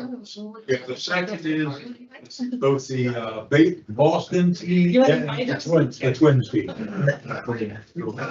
That's item, you don't need it, oh yeah. The second item is, we mentioned it earlier, we have the groundbreaking ceremony scheduled for next Thursday at 4 p.m. at the Commons. OAK is coordinating that, event. I do want to know if any of you would like to speak. I do have Flavia scheduled to speak, but, would anybody else like to speak during that? Would it be disingenuous if I said how much I was opposed to it? We might mute your mic at that time, but we have invited South Trail, the sheriff, Cecil, all of, those folks, Lee County staff. Have you got an agenda? Yeah, we're working on that. OAK is working on that. We will, if you do choose to speak, we will have your speech written. You're gonna have pictures. I'm sorry. We'll have yes, we'll have boards. Pictures, so people, Yes. a lot of people are asking, hey, where do we go to be able to see what this whole thing's gonna look like? Yep, so it'll be from about 4 to 6 p.m. We'll have those printers, we'll have people coordinating the parking. We'll have a big tent, we'll have chairs, we'll have a mic, we'll have some small refreshments and snacks. My answer to your question is no. And I think it's been noticed in the paper, will be noticed. If all- No, I thought Georgia. No, I thought you had that. Well, then. Okay, I'll give it Georgia. Okay, And I have a 5:30 dinner that night, so. I Okay. need to- okay. All right. Well, I think it, you Stop know, it. hey Chelsea, I think Yeah. you and I had talked previously. I think it would be really nice if you know all the board members said a little something. Maybe we can take some different areas like you and I. I mean, you know, someone can kind of cover the history. I think Carol, with all your work with the parks group, I think it would be really great if Just leave you. I just You know. answered no. Maybe you didn't hear that part. We hear you, Doug. yeah. So I think it'd be It would great. be, it would be nice if everybody was completely 100% on the board. Yeah. And at the 3 million, I would have been, at 8 million, I'm still joking. So, okay. I'll be 8. I'll work We'll on give you it. the shovel. So how about I send I already gave you the show. How about I send you what Randy and OAK are work on, and you can, if you have any input, but I need the chair to speak, if only for a short time. Yes, I- and I give you what Randy give me, 2 pages, because I'll summarize that to 2 paragraphs. That's fine. Okay. Yeah, similar details, so I can plug it in. Okay, perfect. All right. Yep. Moving to monthly report. I mean, Daniel should say something as well, since he's. He'll be there. No, saying something. Hey, Oh. I've got someone within the community that He's fine, but Bill would like to say something as well. He lives in the community. sorry, what was that? Flavia's being Flavia. It's almost time. Go ahead, Doug, sorry. Chelsea. No, it's you know, if we had, you know, someone within the community that maybe could also speak, who maybe has kids or someone that's been involved. I got a couple. We're gonna have to, let me send you what we have tentatively scheduled. If you have any input, we'll be glad to take it. Yeah, Ron Senior usually likes to speak. Okay. We're gonna have the chair of the PrAC committee say something. We're gonna, Who's the chair now, by the way? Ollie Grant. Paul Leo Grant. I'll get it to you, Doug. Thank you. All right, admin monthly report, anything for Laura? Sure, nothing for me, nothing. Nothing about Laura? Nothing for Laura? Admin monthly report? Going once, Every going time. twice? No, the only thing I have is I'm still waiting to come over for the sheriff one. Okay, yeah, please. I still Yeah. have not gotten into that. Okay, let us know. All right, nothing for Laura, anything for Public Works? Yes, go down, the painting of the monuments for the individual things. Has that started up again? Yes, it has. Yeah. So Okay, started off with the, what's it, the Trieste Bridge? Yes, and then they did Ravenna. Yeah, they did the one with the, in the report here somewhere, it says that, Tiberio was done. so far since we started back up, there's been 2, they're working on the 3rd right now. Monticello's completed, Ravenna's half done, and Toscana's today. They're going right up the pipe. Yeah, work from front of the So neighborhood. do you think it will all be done? That's all. Because I've had a number of people say to me, well, are they gonna change the colors? We don't like those colors. So are they changing the colors? Is that why they're not painting everything? No. And I said, no, I don't think so. Well, then why don't they have it painted by now? It's gonna take about 32 weeks of what my last calculation. Well, got limited amount of hours for manpower 40 hours a week, and they're working their way through it slow but sure. 16 hours a month. That's what we're spending, 16 hours a month. That's cleaning the vegetation around, making sure that the electrical's all cleared out of the way. I thought they Trimmed were, down. No, landscape. and I thought they already did the. Some things are still I thought too they already close. did the. Some shrubbery is still too close to our monuments, so they're, he had done each one individually. Okay. And they'll be on Pelican Reserve Boulevard within 2 weeks, and then everybody will have it shut up. So by the end of this year, it'll be done? We're trying, I would think. Pine City weather getting in the way. Yeah. I mean, that's really. It's February. As much as we can get done, Al, you're gonna get 2 a week, as much as it gets done between now and rainy season. Unless you want to be sloppy with their painting. They're pretty good. They're doing a very good job. They're doing a very The good job. coating's pretty good. I go talk to them every day. They're out there. Where they getting the paint from? Sherwin-Williams? Yes. That I don't know. I didn't ask that. Didn't ask where he got the brush. Okay, thank you. That's all I have. All right, anything else for Public Works? All right, anything for Mr. Shaw with utilities? I'll get back with the company on the odor control house thing. We'll follow up. You don't have Get to use that. it, DJ. Oh, are you gonna make the announcement? I don't think this is Bill, but the issue of they pulled off doing the street lights until April or May. So the underground utility contractor is still for the FPL conversion project. He is still plugging along. They did an irrigation line yesterday, but. We just saw that. The actual pole setting crew for FPL, they had to pull off. Because the county they need a right-of-way permit and to close a part of a lane to set the poles because of how their rig is figured. And the county will not let any lane closures between now and April. So they'll be back after April to come set the poles, but once they come and start setting, they roll. So the underground guy is gonna be getting well ahead of the pole setting crew. Anything for Mr. Shaw? I do want to add one thing, with the anticipation of award of both the AMI, the metering on the 6th, as well as the box replacement on the 6th. We're working on, putting together a plan of where the meter box contractor is going to start based on shipment of delivery of boxes. We do intend on having a night public meeting for, as we progress, like we did with the pilot. So once we find out who's the contractor, work with them on scheduling and timing, but as of right now, I think tentatively, we're contemplating starting in Pelican, because it's cleaner and single meter boxes. Single meter.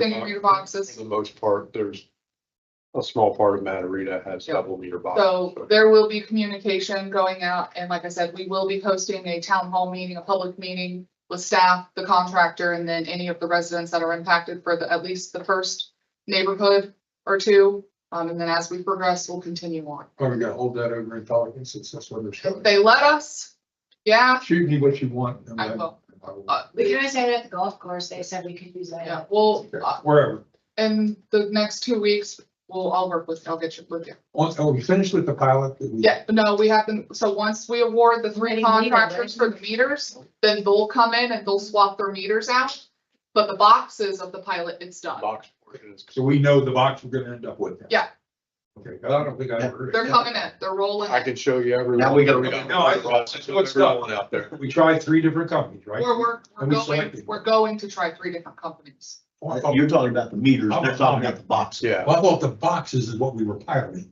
No, No. no, we're done. We're piloting the meter itself. We know what box we selected, because we had to tell the metering companies to make sure that their meters could fit in our box. So we're picking 3 on the 6th. Hopefully you'll award to the 3 vendors that the selection committee recommended. And then as soon as we get that approval, we can issue NTP. They can schedule, I think most of them said all 4 vendors said 30 days. Have you determined where the 3 are going? Which- Yes. Okay, so that's done. Yes. They're on the 6th of March. We're not doing the master. No. This is just for. We're doing math. It'll be 100. Hold on, you're doing full deployment boxes on the 6th. Because the boxes gotta get ahead. And the meter will come in later. And The meter's coming on the 6th. For the 3 vendors we want to pilot. The meters. the pilot Pilot. for the meters will come on. But they're all gonna use the same box. Yep. whatever Yeah. meter. Yes. Yes. That's what I got. 300 of one, 300 of another, 300 of another. No, 105 of each. 100, how many? I think that was, Meters. 100, yeah, Yeah, 300 total, Total. 100, yeah, 100. 105 of each basically, yeah.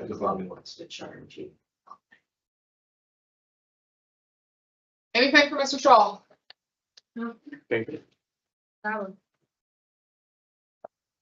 What's going in when they demolish this Commerce Lakes and Gateway Block? Departments. That's the Santa Fe Cruise or something. That's Garrett. That's Garrett. Garrett FM, and there's 5-story, 220. 256 apartments. And it's 5 or 6 buildings. Any of them subsidized, rent subsidy? They're gonna be 40%. I'm not sure. Isn't that one of the requirements? But if you're using the Live Local Act, that would be 40% workforce. I believe that's what it was a requirement. Yeah, if it's Live Local says if your property is zoned commercial, you can convert it to housing without going through any zoning approval, provided you have set aside 40% for the workforce. And then there's a criteria for that. Well, that's part of the county's development order approval. Yeah, which is fine with you. I think you gave us an update. The workforce is different than Section 8, correct? Correct. I have nothing else for district manager. All right, future board business? No. A couple things. One is if I could pass this out. We didn't get the most updated version of the resolution for the CDBG policies earlier, so Tony reminded me, and so happens when I take Do a little a walk through vacation here. today. When Chelsea sent over the resolution and all the plan policies that CDBG grant project require. This is. Oh, this is to comply with those. Well, yeah, we already, why don't we print 8 by You got me. Did you see what I'm holding? Yeah. GR pages? It's right. That's how it came out red line. So the board previously approved the resolution 2025-10. And again, that was the original version and I had made some edits. My concern was to make sure this resolution only applies to CDBG grant funded projects, not to all projects. Yeah. The district can take. So that's why. Totally funded or partially? Partially, either way. Yeah, either way. Yeah, so I didn't want to have any project not funded with CDBG, subject to all the CDBG, you have Davis Bacon, you have a number of others. So that's why the resolution, it's policy solely and only projects funded internally Limited. by community, and that's why I said throughout. Now, in section 4 is only going to change, right at the end of all, for the avoidance of doubt, the attached, I'll call it the citizen complaint policy and policy shall not and does not apply to any other project or projects of the district. When I get to section 4 of the revised resolution on the second page, that last sentence changed a bit because SRF does require Davis Bacon. So this last sentence in section 4 says, for the avoidance of doubt, the attached Davis Bacon section 3 policy adoption and policies shall not and do not apply to any other project or projects of the district. Good. Except and unless mandated by funding requirements of other agencies of the state of Florida for non-CDBG district projects. So that covers the SRF project. So what I'm requesting the board to do is to adopt the motion motion to amend the previously adopted resolution 2025-10 by adopting the revised resolution 2025-10 as modified and substitute this resolution in its place. So moved. Yeah, okay. I'll second. We're just basically adopting the amended. Amending the prior adopted resolution by substituting this resolution. So we have a motion and a second. All in favor, say aye. Aye. I got that. No, it's been a crazy couple of weeks in a lot of respects. A couple of things too, before I get into my list there is that we have a conference, I think it was referenced before, when Tom Shaner made this presentation. Chelsea, Laura and I have a telephone conference or Teams or Zoom meeting tomorrow with some representatives. We may not be having. Okay. Are they changing their mind? She said she's gonna run it by her clients, so. Yeah, they wanted to have Rush Wire there. We said, no, it's just gonna be the staff and council. And if they want to have their methodology consultant, but You recall last time you said just staff, no Russ. and that was made very clear, the email I sent last week, and they asked for it. They wanted Russ, and we just clarified no. They wanted to assess for methodology people to. Well, the clarification was sent out last week. Yes. So now anyway, so that may or may not take place based upon, I guess, breaking news, we need a cry on, or breaking news that may or may not take place tomorrow. Then, Well, wait. We keep telling PPCA that they had an opportunity to critique Russ during these meetings. And they don't. They have an opportunity to make a 3-minute presentation. They're not getting the benefit of a give and take. Russ, if you did this, what is that? If this happened, what does that? Don't sit here and say that we've been completely candid. No, we haven't. Hell, I'm having a hard time getting over to me, but I feel like I've got it. Well, I got the impression that they retained somebody. yeah, Based upon advice. They have retained 2 people. From They've the got a lawyer if and when they need it. No, I get that they retained a They did. methodology consultant. Wait a second. And they way back in the beginning, went to a methodology guy named Fishbone. Yeah. Okay, and then we had a choice on whether we could hire Fishbone, and we said, because we couldn't find anybody else, we were supposed to have a second, and we said, no, they'll just do their thing, we're gonna do our. And I thought they dropped it. They didn't drop it, They hired it. They did, Oh, okay. but they were willing And to, they paid it. they were willing to have us use it Where's as the the second. document? That's what I was gonna ask. Like, I see what you're But- saying. It is valid. Did they do have 3 minutes? Yeah, sure. That's their frustration, that's what. I'm telling you. But also like like how we had items that were not even this complicated come in and Ross, I mean, look at Rod Senior. He would just send us a 3-page email and he says, I may not be able to read all of this, but this is my thoughts. And then we had the ability to see that because we may agree or disagree, but we don't have it. Yeah, I want to see a copy. I want to see what they have. I mean, Well, and they'll have more, I believe. I haven't been in meetings with them, but I'm guessing just in private conversations. That they, like myself, they really want an understanding of what's incorporated. And they did want to have this give and take. That's why they wanted Russ to be here. Now, I had set up a separate meeting this past Monday, with Russ and myself and Ed Hedges, because Ed is very fluid and knowledgeable as a PPAC member of the budget and all. But I was advised by council and Chelsea not to do that, so we didn't. You know, I met with them on, and I got answers, and it was a worthwhile conversation. And then subsequently, Ed and I came over and talked to Laura, because there's a lot of confusion about what is in the methodology and the impact. But the budget is just as important, but it's completely separate. Has Fishkind contacted Russ? I have no idea. Well, I mean, just kicking this can down the road, if he's got his report done or his comments, there's a get it to us so that we can all read it and then comment. Absolutely, but in order for that to happen, Ed, you need Fishkind and Russ to consent on what's in each, so they both know what's going on. That's the thing that's been denied up to them.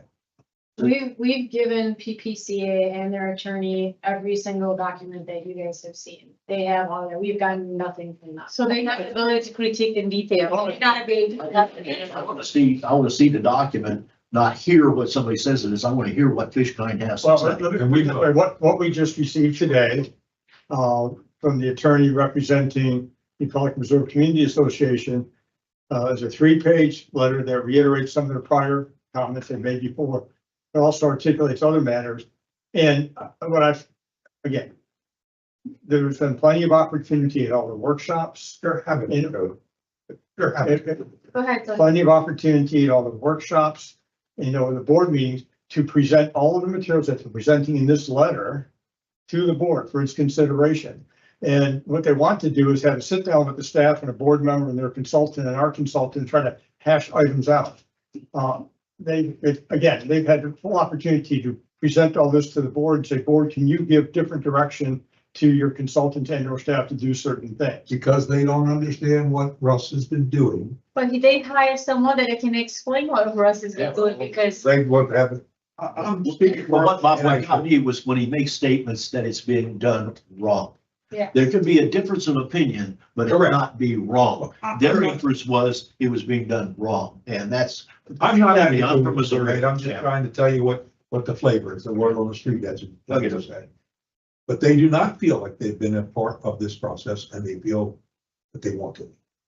Okay. Well, that's the thing that I'm telling them, here's where we are right now, just get to the bottom line. I don't think there's enough money here to justify spending $100,000 or they've already spent over 50 on the lawyer.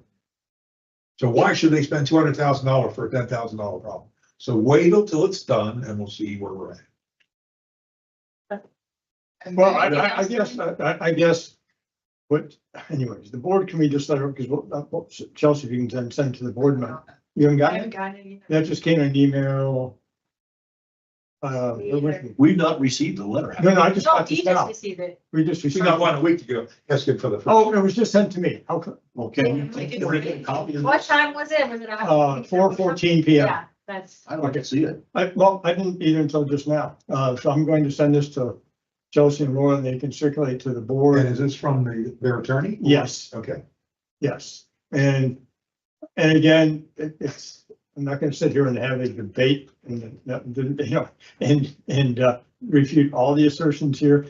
And I just want to add one thing. But there's one sentence I find interesting, just for observation. No explanation has been provided to the Pelican Preserve property owners regarding the proposed methodology's significant deviation in the allocation of O&M assessments.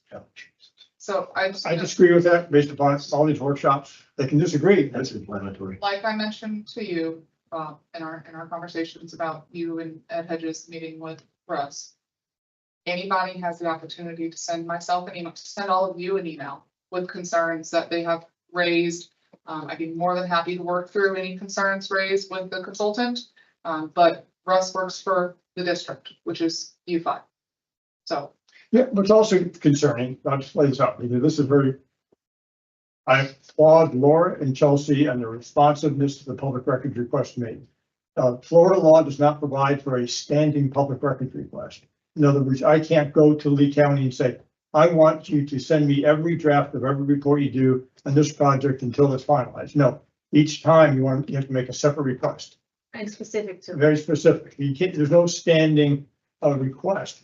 And here's the statement then, PPCA and certain members of the district's board repeatedly requested methodology drafts in advance of the January and February Board of Supervisors meetings and only received them either immediately before the meeting or on the same day, and such drafts were not immediately made available to the general public. I think I can, on behalf of Chelsea and Laura, say we vigorously disagree with that. That's, in our opinion, completely wrong and incorrect. They've been more than accommodating. Yes. So some of the reports have come on the day of the meeting. Sometimes we get them the day of the meeting. Okay, well, quite frankly. Well, But okay. then they're not a public record until we receive. I think Yes. that's where they're coming from. That's not what it says, Bob. I'm sorry, with all due respect, it does not say that. It's trying to paint a picture similar to the picture she tried to paint in Renaissance for their suing the CDD over there for public records violations and sunshine law. She made all these requests and said they were not fulfilled. The facts here are way different than what the facts that I've read for the Renaissance. I'm not trying to defend them or anything else. I'm just trying to say it's annoying. They've made records requests for documents that we don't have. Yes. Kind of like we made records requests for receipts they didn't have. But for money that was spent. Nice. Well, whatever, it hurts. Sorry, I'm trying to let that go. Anyways. So Tommy, you're update. My update. Your update. So anyways, we'll handle this accordingly. After 5 o'clock, I know what Just let them meet tomorrow. We're still meeting. If we're still gonna meet. It says to look forward to our discussion. Again, sending such a letter the day before a meeting. Okay, send it to us so we can all have. I'm sending it right now. Yeah. All right, thank you. Very darling. Anything else? Fly through his update. Yeah, he says. I'm coming in for a soft landing. Not gonna. Too late. No, I know. Have you still having that point? I know. I think my son's approach. I think Jeff Lou. Come on, Doug. Let me just give real quick, Captain Phil. Okay, let me go through this. Administration, I just roll on down, assessment of reserve.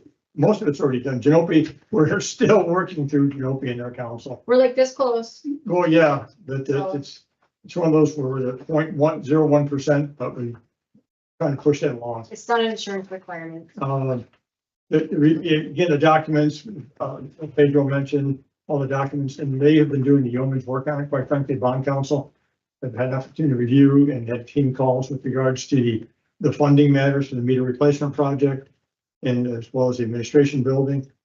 The irrigation meter, Stony Brook Village, I've prepared a draft revised bill of sale. I sent it to Charles Mann. I've not heard back from him, so that's still hanging.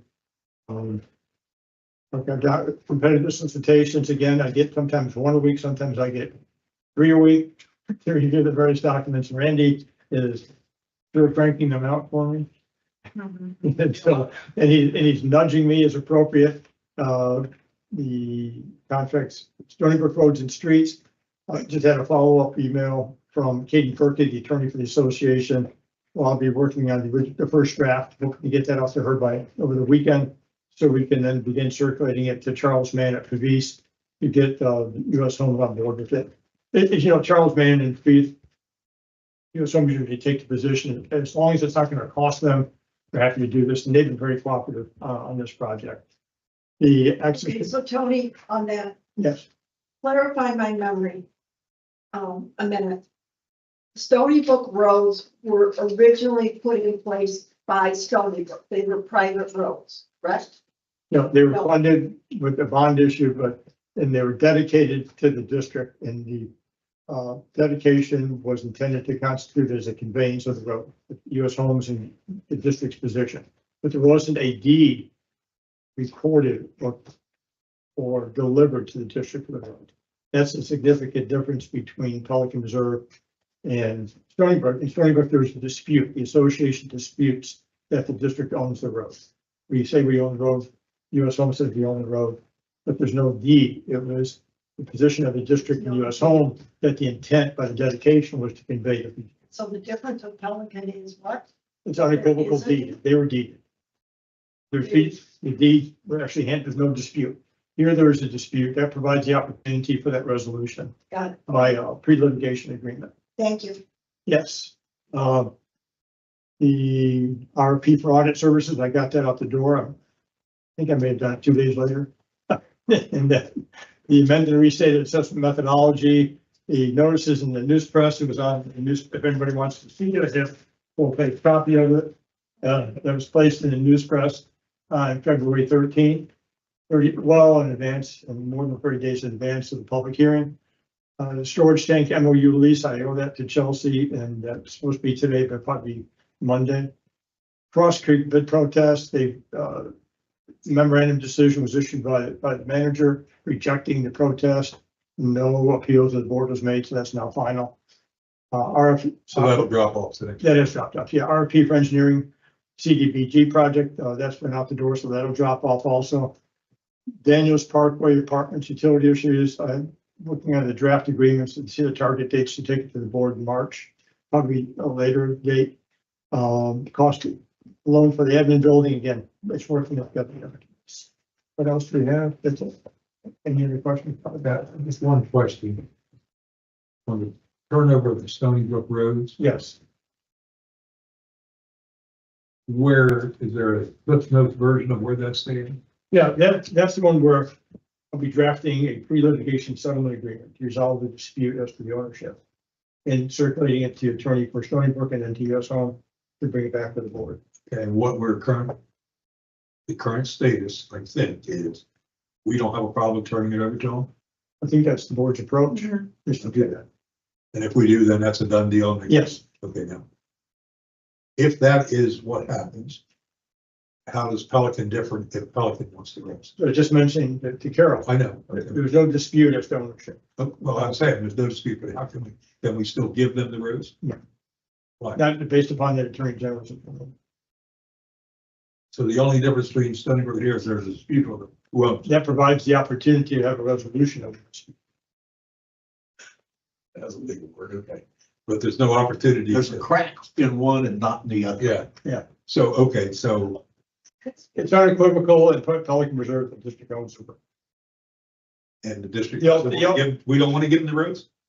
I don't know that. That's a board function. But the alternative, if the board doesn't want to enter into that pre-litigation agreement with Stony Brook, the alternative is a lawsuit. We have to pull in the attorney general and U.S. Homes, the district and Stony Brook. And a lawsuit to Well, resolve if it. the five of us on the board said we wanted to shift the roads to Pelican, they want to, we want to send them. You're saying we can't do that. Based upon the attorney general. Okay. All right. You want to make a motion? Anything else for Tony? No? Okay, wait a minute, Bob, say that sentence that you just said once more.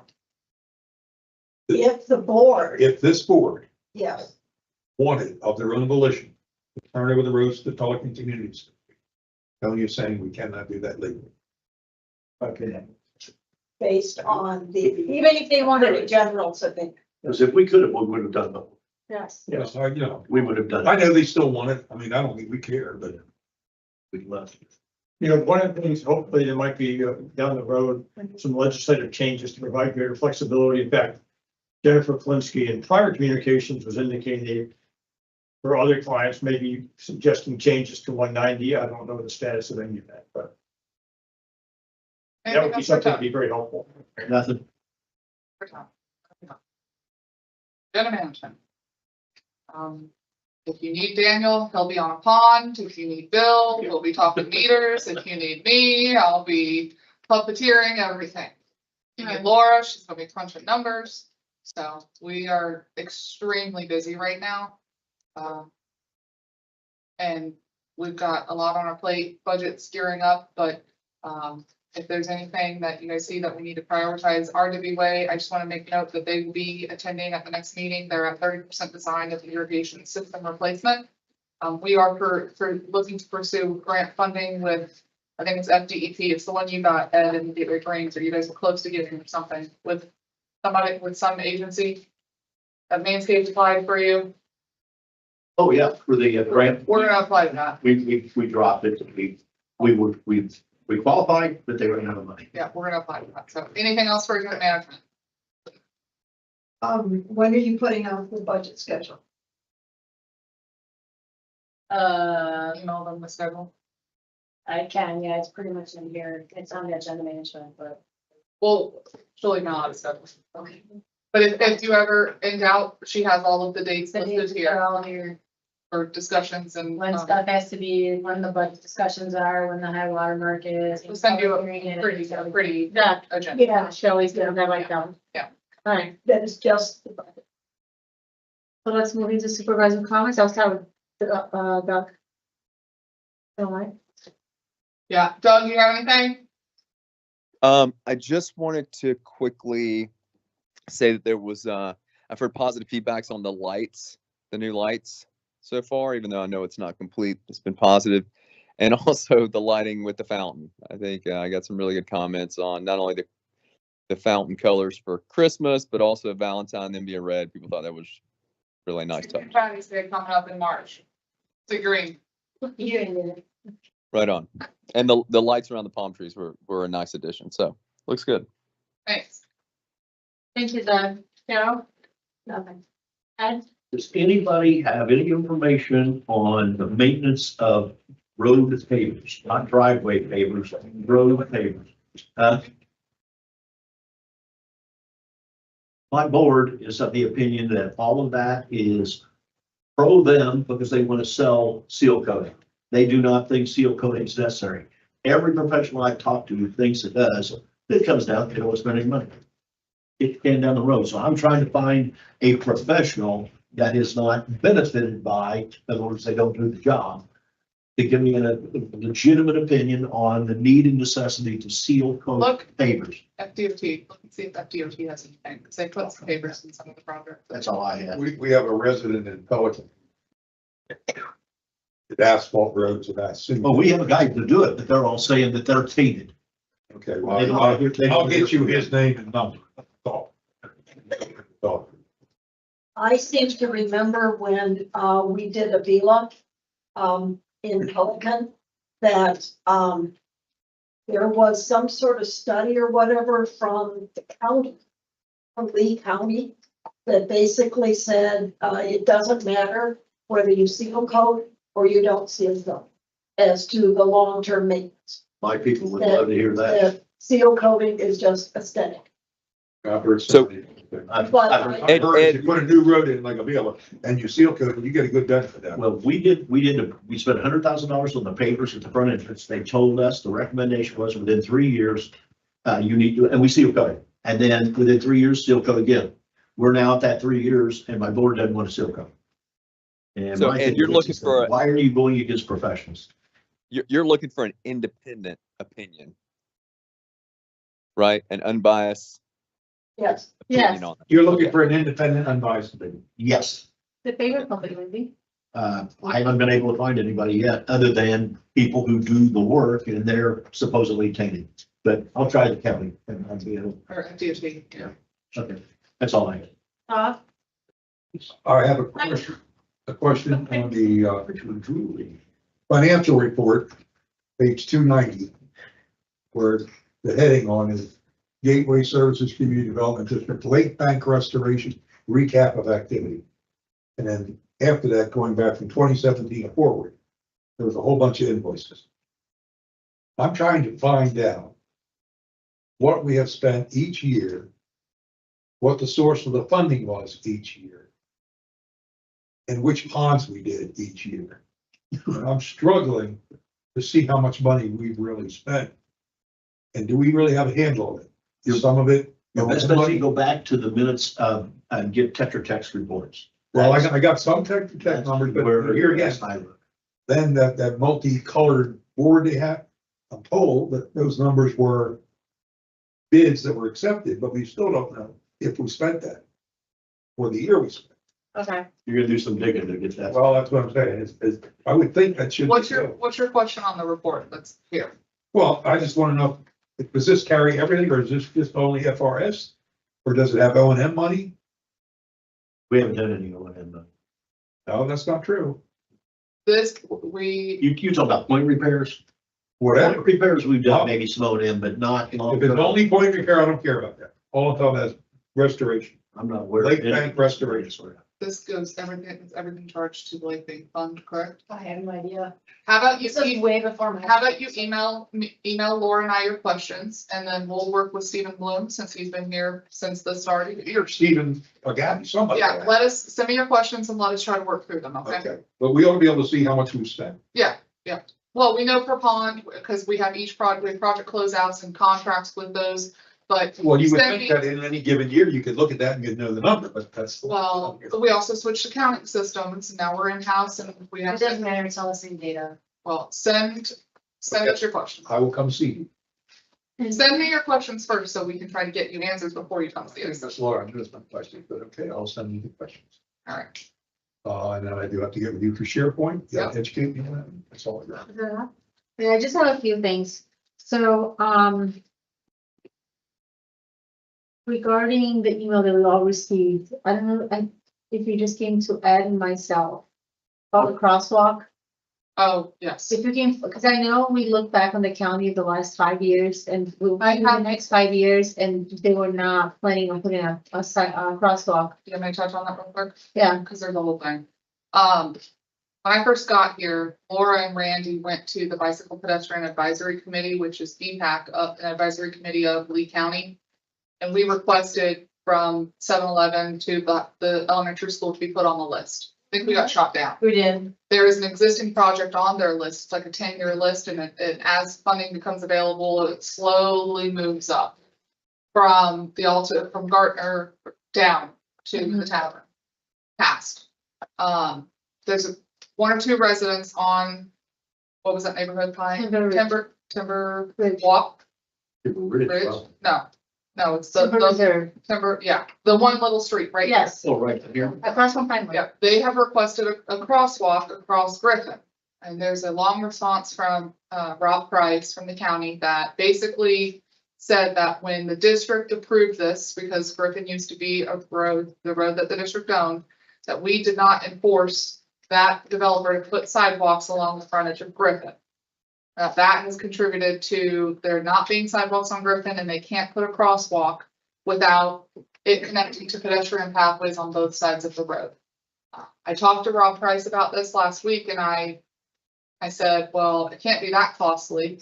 Get a price and maybe we can split it. It's very small. It's very small. There's already a path on the other side. To the Yeah. yeah. So there was some email back and forth with that resident and Rob Price, and I was CC'd on it, but ultimately it came down to the county wasn't gonna do anything. It's not funded, it's not supported on their list right now, etc. So I don't know. I know that they've had some counters out on Gateway. I think you texted me about some up here.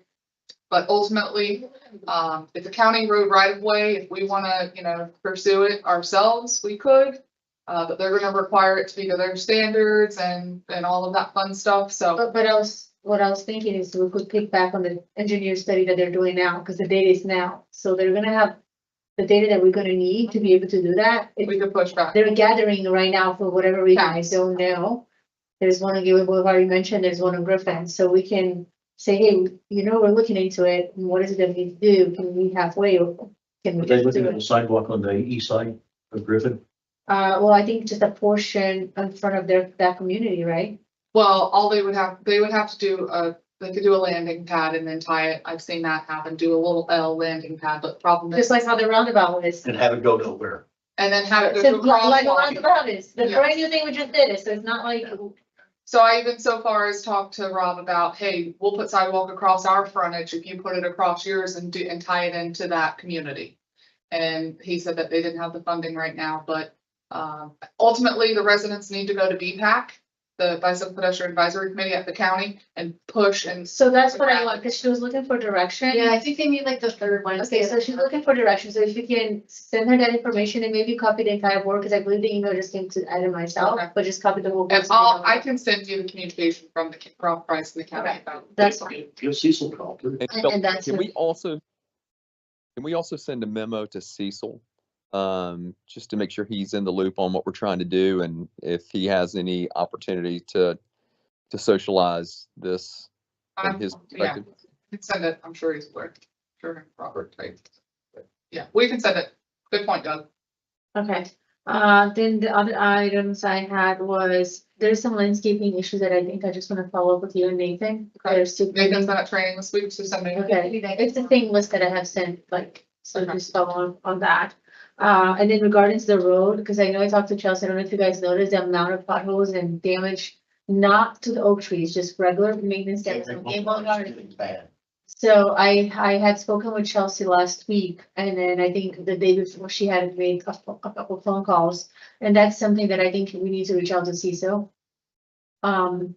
I think they fixed one this morning I mean. Mark put together a list and we emailed it to as an RFA.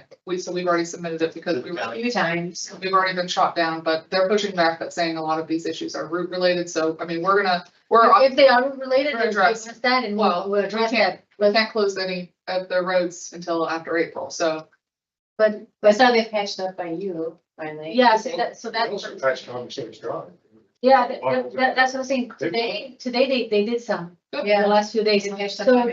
just, yeah. And then finally, I wanted to see if there was a specific map regarding the sidewalk repairs that we're doing, because what I did notice across on Gateway Greens. And I don't know if it's pure coincidence that they're doing some pouring on both sides. The sidewalk has dipped enough that is holding water in locations that was not. So put the boring for the streetlights, yeah. I noticed on Silver Lakes, there's about 20 to 30 feet that was never there before, and it's totally underwater for 3 to 6 hours. The panels are marked with big, So then you're Orange telling me access. that I have to walk there and look at it to see it? yeah, Okay, that's the easiest thing to do. There's Okay. 50 some panels, 52 Alright. panels. okay, And just so you guys know, our contractor is doing that work, but FPL is reimbursing us for that. Okay. So and then is it Gateway Greens also included, or that was just? we've only done down Griffin right now, because they're still working down Gateway Boulevard. Are they grazing panels or? No, The sidewalk is dipping in, so the irrigation is just puddling, like you can't even walk over, you have 3 or 4 inches of water. we took pre-videos, Oh, you did that. considering. Oh, I know, look at Well, that. in light of Griffin, before they moved down Gateway Boulevard, staff went down and we took videos and pictures, and so did they. So any of those issues. Yeah, will they got a address. mess to clean up down Gateway Boulevard. Okay, and then finally, regarding that, there's a lot of areas on Gateway Boulevard that we're missing, the DOT requirement markings. Painting specifically, which that is a requirement, so, and that's in a lot of areas, I think I counted 18 areas on Gateway Boulevard alone.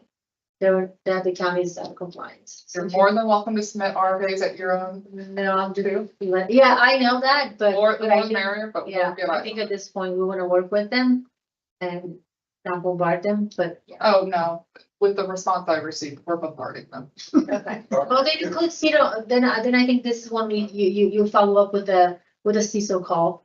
Yeah. Okay, Are we getting complaints with powered bikes? And then, Yes. and that, I was gonna say, that's my last one. I did see that we posted something on Facebook, on our Instagram page regarding that, but that's not quite what I personally was looking for. I wanted Lee County Sheriff's Office to put it in and they're not willing. Randy reached out to the county, to their PIO, and they don't have anything, and what they do have, it's vague and it's not what we're looking for. The technology is escaping the ordinance. Yes. Which I get that, but I believe Lee County Sheriff's Office, during the issue we had with the golf carts about a year and a half ago, and they put out a memo that was really out there that they were handing out to parents. So. About golf carts, but not about e-bikes. Yeah. E-bikes are a different animal. Correct, but they educated us, so what I want is the same thing, so not necessarily the county, but Lee County Sheriff's Office, because the residents are, they have to understand that unfortunately, Lee County Sheriff's Office cannot do anything about it, and neither can we do anything about it.